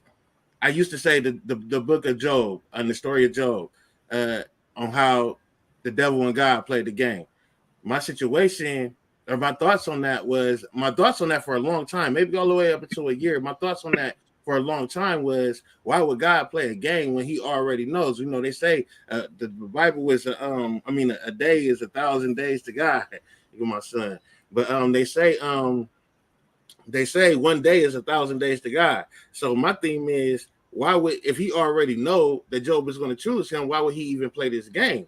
You know, but at the same time, though, I had to look at the story, and maybe somebody else didn't understand that. So maybe that's what the story is for, or maybe that's what he used Job for. It's like a tool to say, okay, now look at what happened with Job, believe, or whatever. But to me, it's just like even there's a story in the Bible where, you know, a lady stole a woman's child because she couldn't have a child, so she stole a woman's child. But then when the woman went to the Pharaoh to explain to the Pharaoh that this was her child, the Pharaoh said, "Okay, I'll do this for y'all. I'll cut the baby in half, and y'all can split them."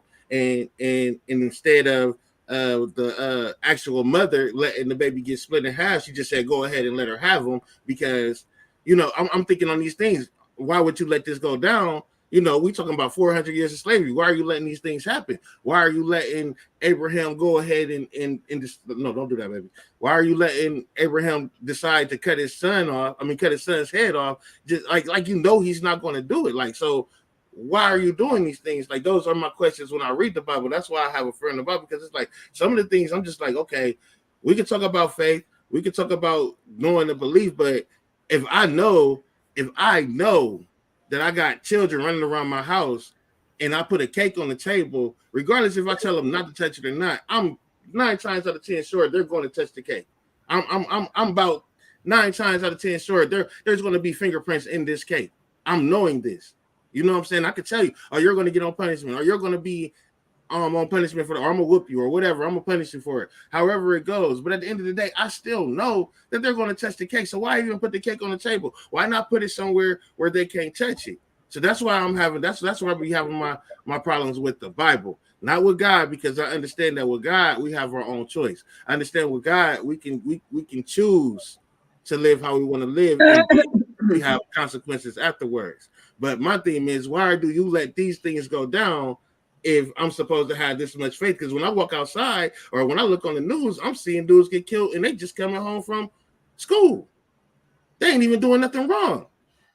I'm seeing little kids get killed watching Barney, and all they doing is sitting in front of their TV and a stray bullet come flying through the window.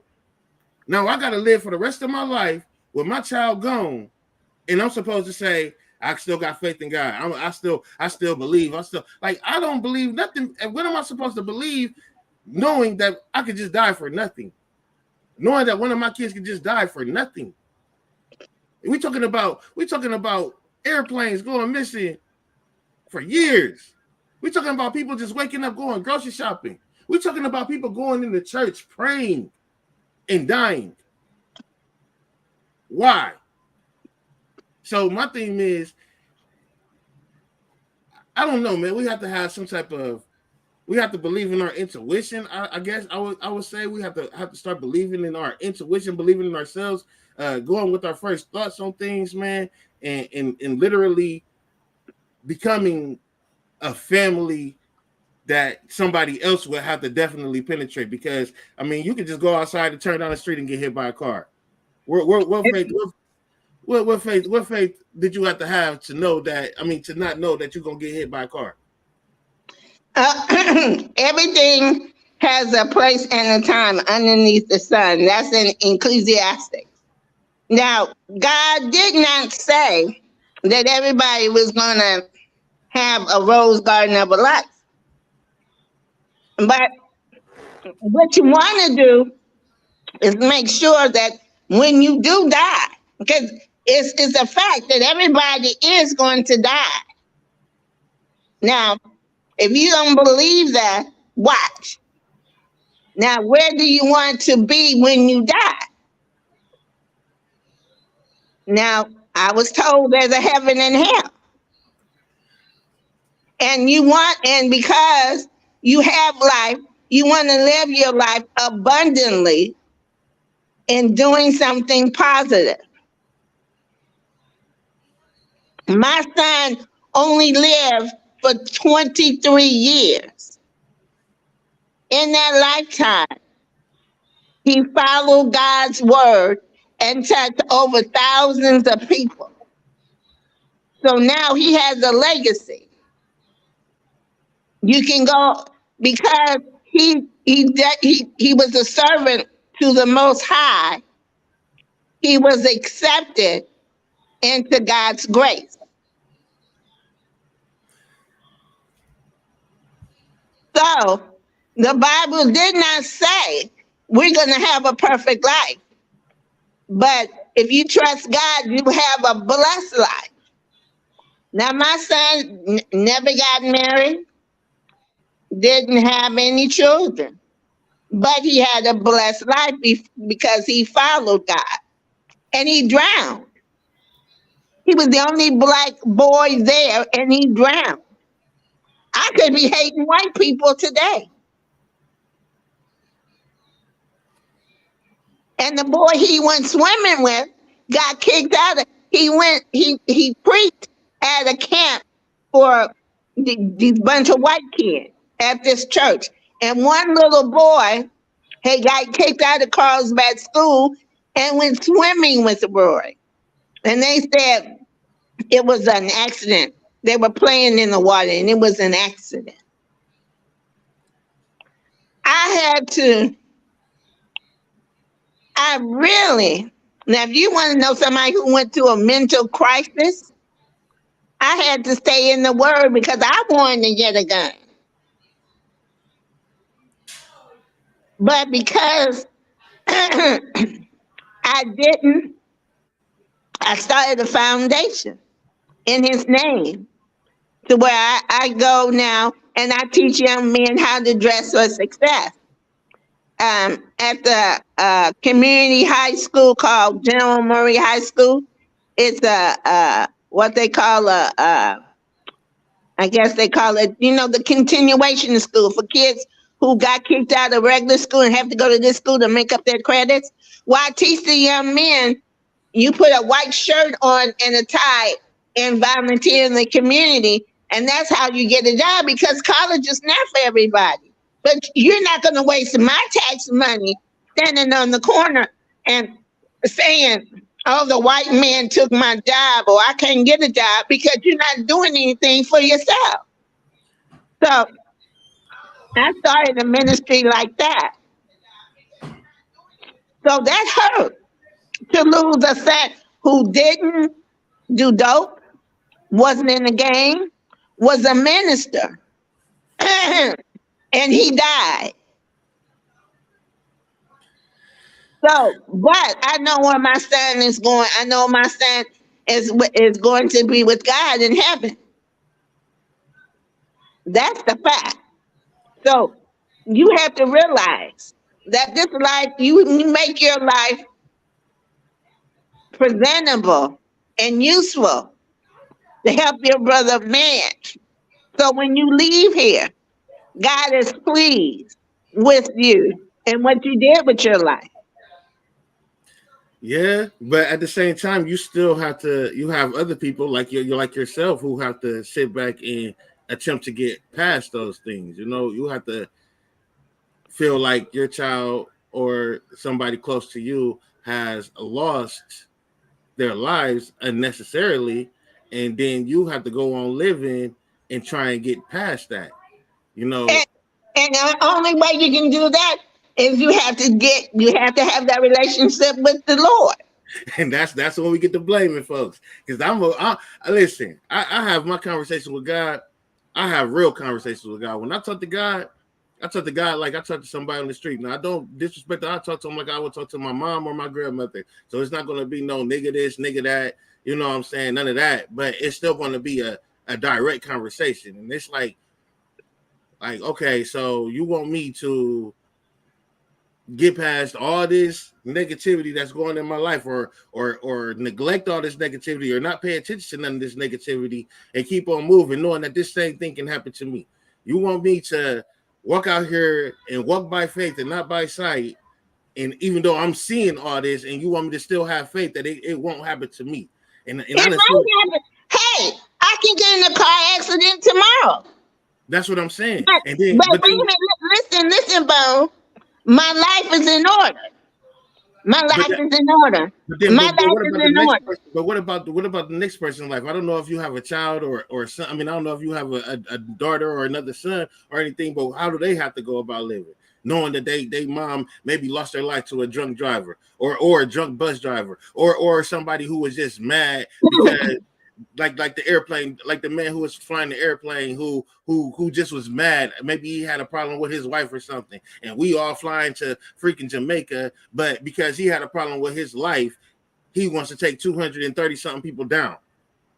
He want to mess up everybody else's life, and then all those people who thought that they were going to see their family again will never see their family again. Now I got to go to God and be like, yeah, it's okay. I still believe. I still have the faith, and like, come on, man. It's like, I don't know how strong a person has to be to really get over things like that, especially when it's unnecessarily. Hey, that's like my dad would say, rest his soul. That's life. And you have That's to messed keep up. going on. You have to keep, hey, my 23-year-old son is gone. But I had to get up, help my other son who's disabled. Now, you're not gonna, as my daddy would say, and I ain't cursing Miss. What, you know what? I want to say Lona so bad. I know it's wrong. Wait, Londa, wait a minute. Say your name for me one more time. One more time. I'm gonna say Londa, it fast. Huh? Londa. Londa.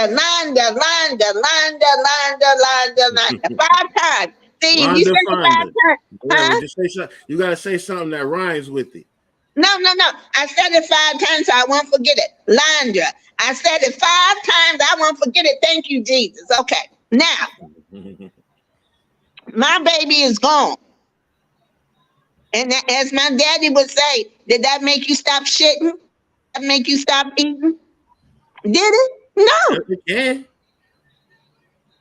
I had to get up, help my other son get dressed, take him to his facility. Life goes on. In Ecclesiastes, it says there's a time to live and there's a time to die. There's a time for sorrow. There's a time for joy. But the main thing is where they're going. How did they? And I know those kids. I know those 19 kids died, but they finally gonna get a law now that you can't buy an SR-15 unless you're 21. It took 21 people to die, but that's just life. Life is tragic like that, but you have to have God to guide you in your life.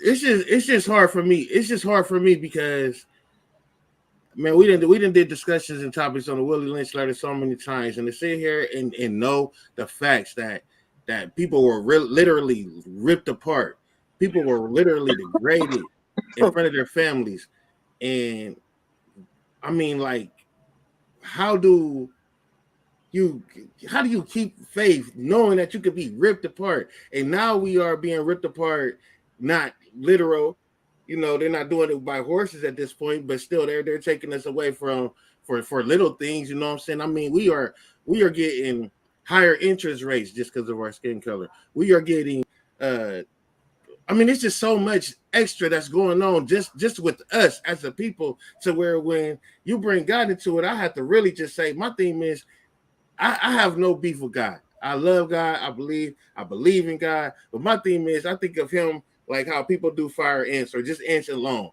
When you take a whole bunch of ants and you put them in the little bucket or something, and you watch them make the farm and you just let them go. I think that's how I feel with God. Like, I don't feel like his job is to intervene on anything that's going on. I feel like we are here to either live good or bad, and the good are supposed to go against the bad, and the bad, of course, is going to try and go against the good, and we just have to fight it out. You know what I'm saying? Because, like I said, man, if we don't live like that, me personally, I'm gonna find myself blaming God. I had to change my mind on. I had to change my mind on that and say that God put us here as a creation. I always told my mom, like, man, you can get shot in the head 12 times. If God wants you to live, you're gonna live. You know what I'm saying?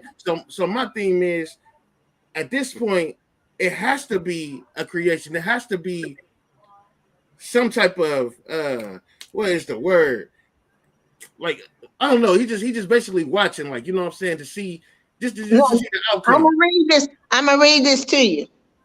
A time for everything. There's a time for everything, a season for every activity under the heavens, a time to be born and a time to die, a time to plant and a time to uproot, a time to kill and a time to heal, a time to tear down and a time to build, a time to weep and a time to laugh, a time to mourn and a time to dance, a a time to scatter stones and a time to gather them, a time to embrace and a time to refrain from embracing, a time to search and a time to give up, a time to keep and a time to throw away, a time to tear and a time to mend, a time to be silent and a time to speak, a time to love and a time to hate, a time for war and a time for peace. So everything has a time.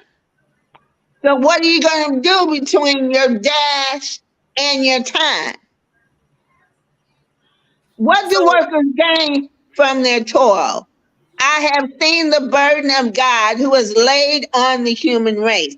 He has made everything beautiful in its time. He has also set eternity in the human heart. Yet no one can fathom what God has done from beginning to end. I know that there is nothing better for people than to be happy and to do good while they live, that each of them may eat and drink and find satisfaction in their toil. This is a gift of God. I know that everything God does will endure forever. Nothing can be added to it and nothing can be taken away. God does it so people will fear him. Whatever is already been and whatever will always will be before. And God will call the past to account. And I saw something else under the sun. In the place of judgment, weakness was there. Wickedness was there. And in the place of justice, wickedness was there. I said to myself, so God has everything for everybody. so is it safe to say, like Unique said, we all have a purpose. So basically, is it safe to say that once we've served our purpose, then you know what I'm saying, then that's our time? Hey, that's what it seems like it. See, I had to accept that when Roy Jr. passed. Because listen, so my birthday was just last month, right? Oh, So I gotta send you a card. Send me oh your no, address. I can send you a card. nah, it's okay. No, so listen though. So I had woke up. I was planning on going out again the next night. So this is Saturday morning, about Saturday afternoon. It's about 3 something. I put on some hot dogs, right? I ate like one and I turned the eye down low for the other two.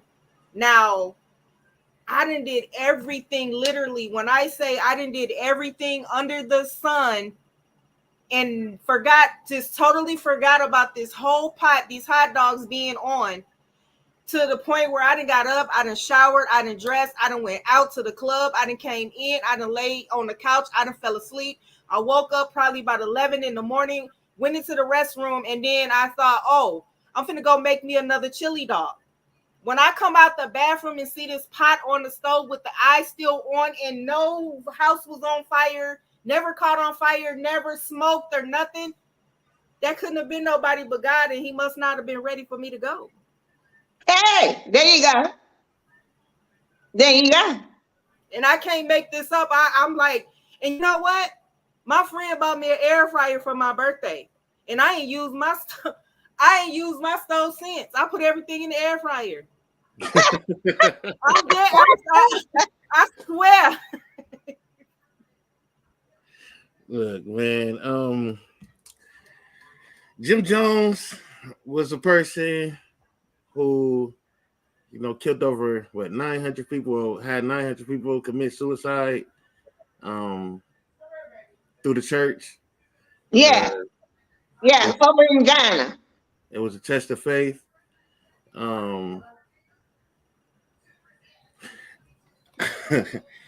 We talking about worship. We talking about faith. Are we talking about? I mean, first off, it was unknowingly suicide, right? So we know that these people didn't literally. I mean, well, I think the first time, I think he did it twice. No, he only did it once. No, I think he did it twice. I think the first time he did it, he told them that they drank poison, and everybody went all hysterical. And he was like, "No, it was just a test of faith to see how you guys will react." And I think the second time he did it, they knew what they was doing, but I'm not sure. Right. I believe the second time they knew it. But my thing about this is, well, I tell you what, Bone, I want you to look it up. And the next time we meet, you give me the facts. Okay.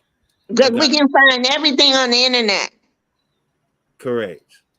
But what I do know is that he basically, even if it was just one time, when do you wake up believing that you're following somebody of God, and then they trick you into killing yourself, children and all? And I mean, like, where is the faith that in that? You've been living and giving all your time and volunteering to this church and helping building this church, all for there to be a day that God knows is going to happen, all for there to be a day of you to go here and basically kill yourself following this person who is following God.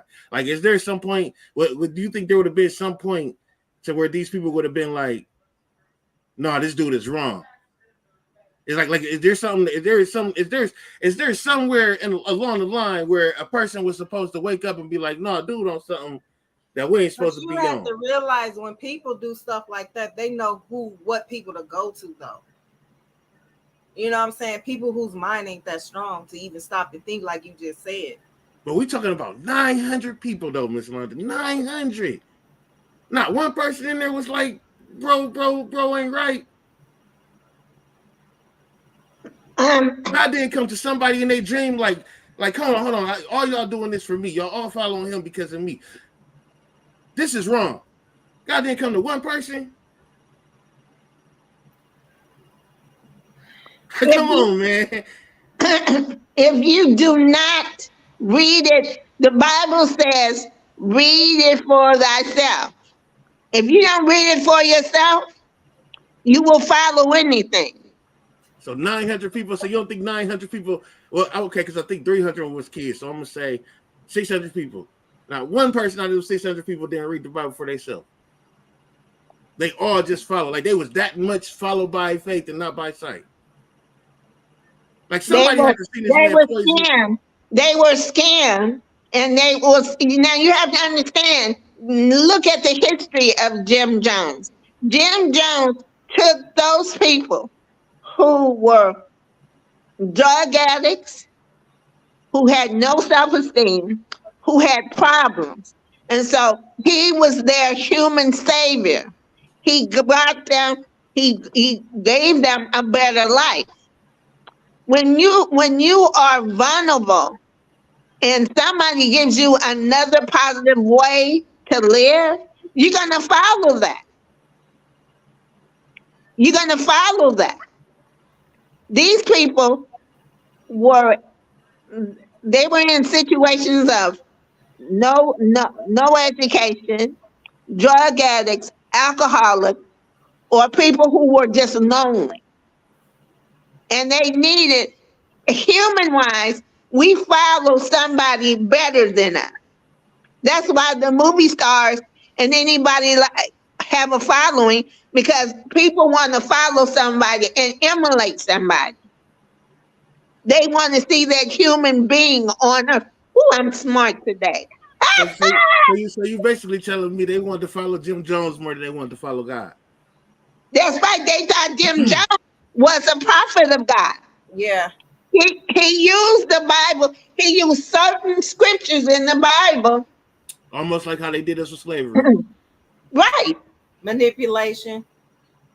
Exactly. All right, so now I ain't gonna get into Jesus with y'all. Please don't. Now we can go there if you want to. We've been on here. I've been on here for 2 hours. I probably gave y'all about 45 minutes, but I know it's been a minute. It's been 2 hours. Well, wait a minute. Did the Warriors win? Yeah. You got to research that for yourself. That's a yeah.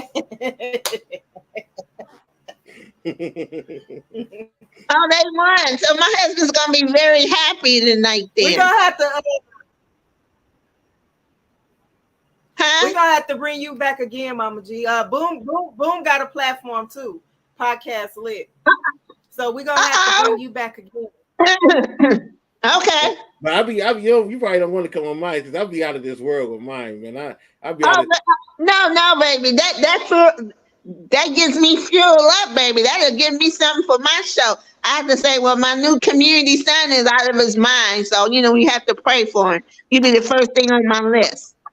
Hey, listen. Well, go ahead, because listen, I'm seeing some. They walk by faith, not by sight. But I'm telling you right now, I'm seeing government control. I'm seeing social credit scores. So I'm finna get on this soon on my little platform. I'm finna get on this soon, probably tomorrow, maybe Saturday. I don't know, but I'm finna do something about government control and social credit score and all that. So, and that's that. I mean, these people are playing God right now. So it's getting crazy. You have to sit down and make yourself a budget. Sit down. Let me repeat this. Sit down and make yourself a budget and put God first. If you put God first, you can survive. Give your 10% first. You survive. 10%. 3 things. I need 10% on my ring. I need help over here. I need it, but man, I understand what you're saying, though. I do. I'm just talking. I mean, because my Eddie, he works at the grocery store. And I go, I said, and I made his budget. I said, Pop, you give your offering to the Lord, and I'm telling you, you won't go broke. And he tried it and it worked, but then he got stupid and started spending his money. I was like, I can't help you. I gave the formula. You're going to be a fool like that, you on your own, but you will be paying your rent here. Now, ain't the 10%? Now, the 10% is supposed to be because you're a member of the church. You're a member of the church? No, the 10% is you give to God because he has allowed you to have an income. It ain't to the church. So who do you give the 10% to? You give it to the Lord. Where How? in your money, in your offering, you can give it in your treasure, in your offering, time, and talent. So are you saying that, let's just say I make $100 in a week, right? And I get 10% of that, which will be $10, right? So me giving me walking around giving a homeless person $1 all the way up until $10, that's 10%? Okay, if you want to do that. Okay. Because in Matthew, it says you need to feed the hungry. You need to go see the sick. You need to visit people in jail. But you need to give 10%. Look what they say in Malachi. Malachi says, give your 10% stored in, give your 10% to the Lord. Even in the beginning. Cain and Abel. He had to give his best of his Which, fruit. I mean, of his. and what happened to him? He got body. See, No, boom, no, boom, boom. Like, see, you know what? This is what, and it ain't only with God with Boom too. This is one thing that I have noticed about him since he been my co-host. Boom likes to tear the story apart. That's yeah, oh one yeah, thing that I I have see that. noticed about him. Like when I be having certain interviews about, sometimes it be about people speaking about things that may have taken place in their life. Boom kind of be like, he like to like kind of he'll make a good what you call him, the prosecutor. He'll make a good prosecutor. Yes, he He did. make, yeah, the prosecutor. And you know what I tell Boone?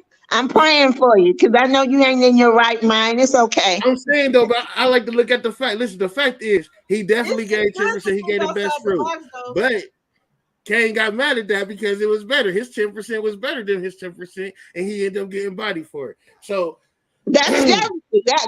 That's life. And God told you, and the other brother was cursed. He was cursed.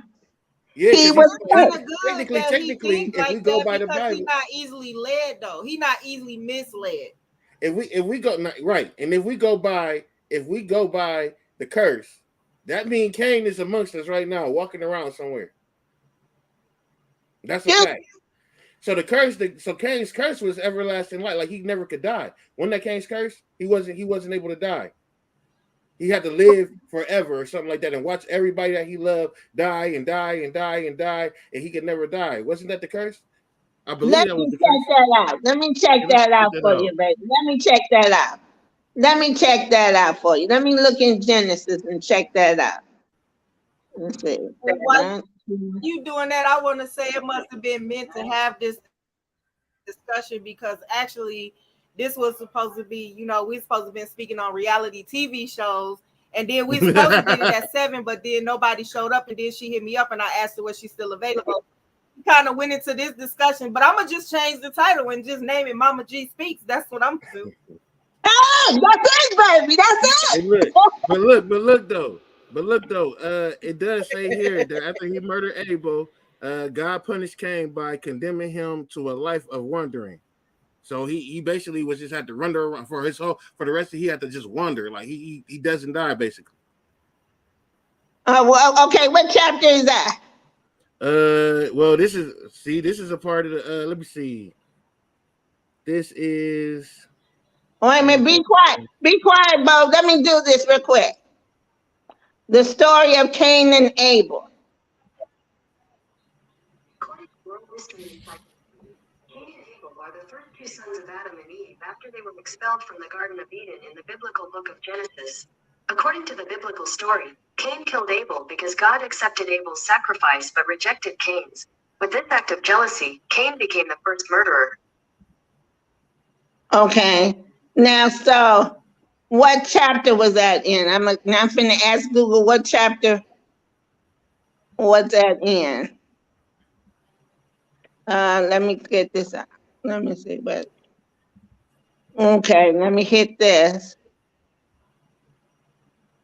What chapter was the story of Cain and Abel in?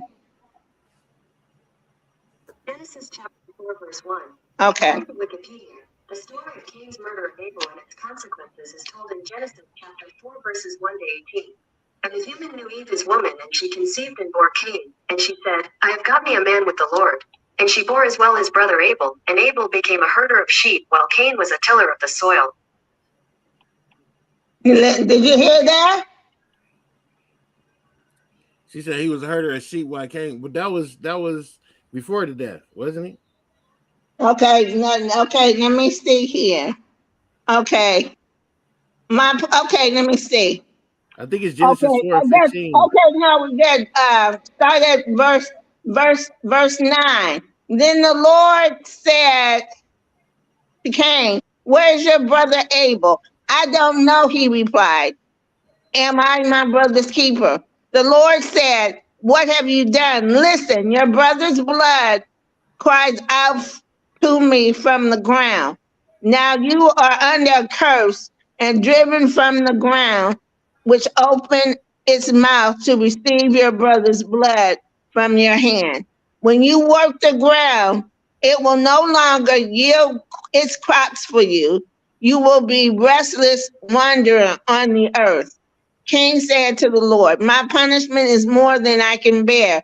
Today you are driving me from the land, and I will be hidden from your presence, and I will be a restless wonder on the earth. Whoever finds me will kill me. He did die. No, because they But said that if you killed him, if you was to kill Cain, then you would wait have a a minute, problem. listen, You wasn't even allowed to listen, touch him. listen. But the Lord said to him, no, not so. Anyone who kills Cain will suffer vengeance 7 times over. Then the Lord put a mark on Cain so no one would find him, would kill him. So Cain went out from the Lord's presence and lived in the land of Nod, east of Eden. Cain made love to his wife, and she became pregnant and gave birth to Enoch. And Cain then built a city, and he named it after, oh Lord. Right. And the book of Enoch is not even in the Bible. That's like a part of the Bible that they didn't even put in there, but that's a whole other story. We have to get into that. What now? Now do you know who has that book? The Mormons. My brother's keeper. Done it. Listen, your brother's blood. Now you are under a curse, and open his mouth to receive your brother. When you work the ground, you will be a restless wonder. Okay, I read that. Okay, okay. So Enoch was born Ired, and Ired was the father of Mandalas and the father of Mashanas. Uh, now they And just give me the birth of everybody. yeah, And because Lonnie, they were supposed to be spreading evil and stuff like that. Those are like his descendants. But I will say this though, I was wrong though. Cain did die. He lived up to 730 years old, from what I'm seeing here. So he did thank die. you, thank you. I knew I But wasn't that crazy. he did leave some bush. He did leave some descendants that started some bull. So, but Oh yeah, yeah, oh yeah. If God said his family would be cursed. hey man, this is deep. This is deep. So, Mr. Bone, you have to realize Mama G knows what she's talking about. I know it works. All of my children are successful. My daughter is in the entertainment business. She travels. She sings behind everybody and anybody. Um, my second son had seizures, but he's a drummer. He's a savant individual. He's a drummer. He drums for all the churches around in California. My third one was the head nigga in charge at Army Navy Academy. HNIC. Is that what they call him, the head nigga in charge? Google Rory Graham Jr. and you can read about him and you'll go, Mama G, you did all right. And then my fourth child, Eddie Lee McSwain, came to me with no life, but now he has a life. He's been at the grocery store. He's a head cashier for 7 years. So don't tell me God ain't good and he will help you. Because even though Roy's not here on earth, but I know where he is. I have the assurance he's with the God. So I don't want. So we can get on that discussion any day you want to. hey, You just call me up. I'm with that. I'm all the way with that. But I like these discussions, man, because I got my own feelings, and I know that they done wrote this, and so I really try and just give my good and give my good to the world and try not to put no bad in the world. That's just how I try and live. Like I know I'm not perfect, but I definitely try not to put any bad in the world. That's about as far as I go with it personally. Because I Oh, look at God, and I'll be like, there is things that I've done, especially when you want to talk about fornication, man. Like if we want to talk about fornication, I'm going straight to hell. Like, you know what I'm saying? I ain't gonna lie. Like, I'm on my way. Like, but I feel like when I get up in front of God, I'm gonna be like, man, we gotta weigh this out. Now I know no sin is bigger than the other, but you're not about to tell me out here fornicating is on the same level as somebody out here doing some pedophilia crap. Like, you know what I'm saying? You can't make me believe that. You can't. You can't make me believe that. You know what I'm saying? You out here touching kids. I'm just out here, messing with women. Like, you know what I'm saying? So I maybe need to chill out messing with women. But you gonna put me in hell for eternity for messing with women when this man over here is touching children. Not to mention that when God say we have to live by the law of the land, right? Right. So then we were talking about, and this is a whole nother story that we're not gonna get too deep into, but we are talking about the government trying to make it legal for pedophilia because they're saying that people are born like this. So once No, we no way.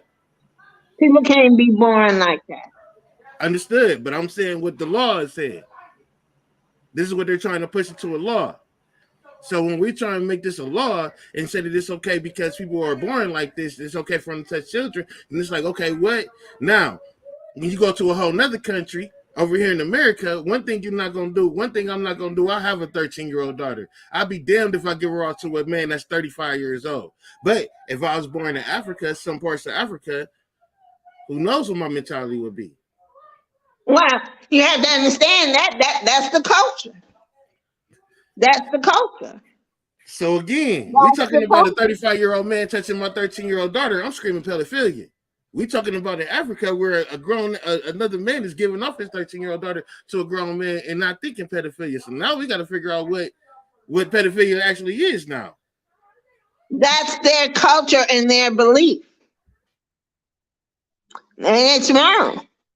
And sometimes I understand why there's atheists in the world, because if there's a God, why are these things happening? Why are these things happening? And then somebody says, because our country, I'm go to second, what is that? Second Chronicles chapter 7, verse 14. That talks about if we humble ourselves and pray, he will heal us. But we don't do that. Let me get that. Second Chronicles chapter 7, I think it is.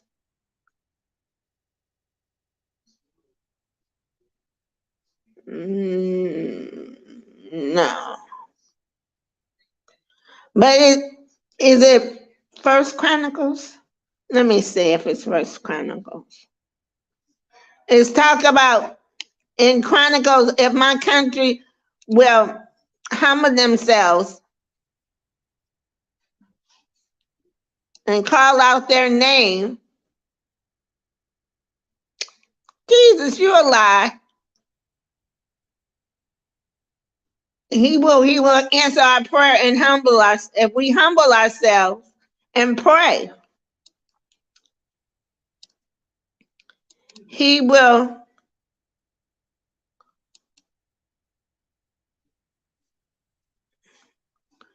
come to our rescue.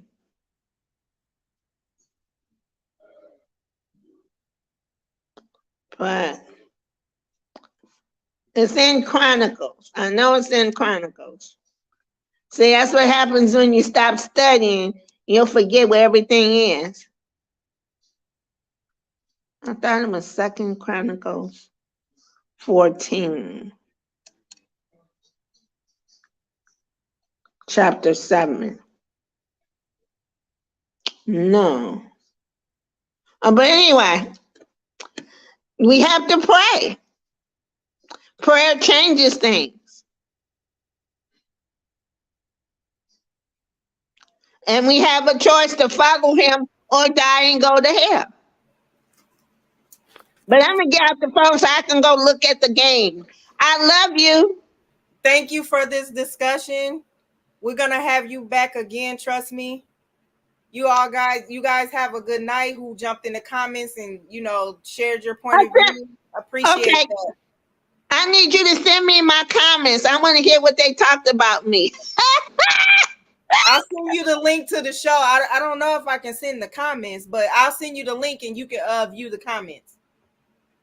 Okay, can I put this link on my computer? Because I can't read them I'll on just this give you the phone. whole show. Oh, okay. So you're gonna send it to my email. Yeah, can you send me your email again? Because when I kept putting it in, it kept saying that it wasn't the correct email. Oh, okay. I'll send you my business email and my Ask Mama G email. Okay. I love you, Boone.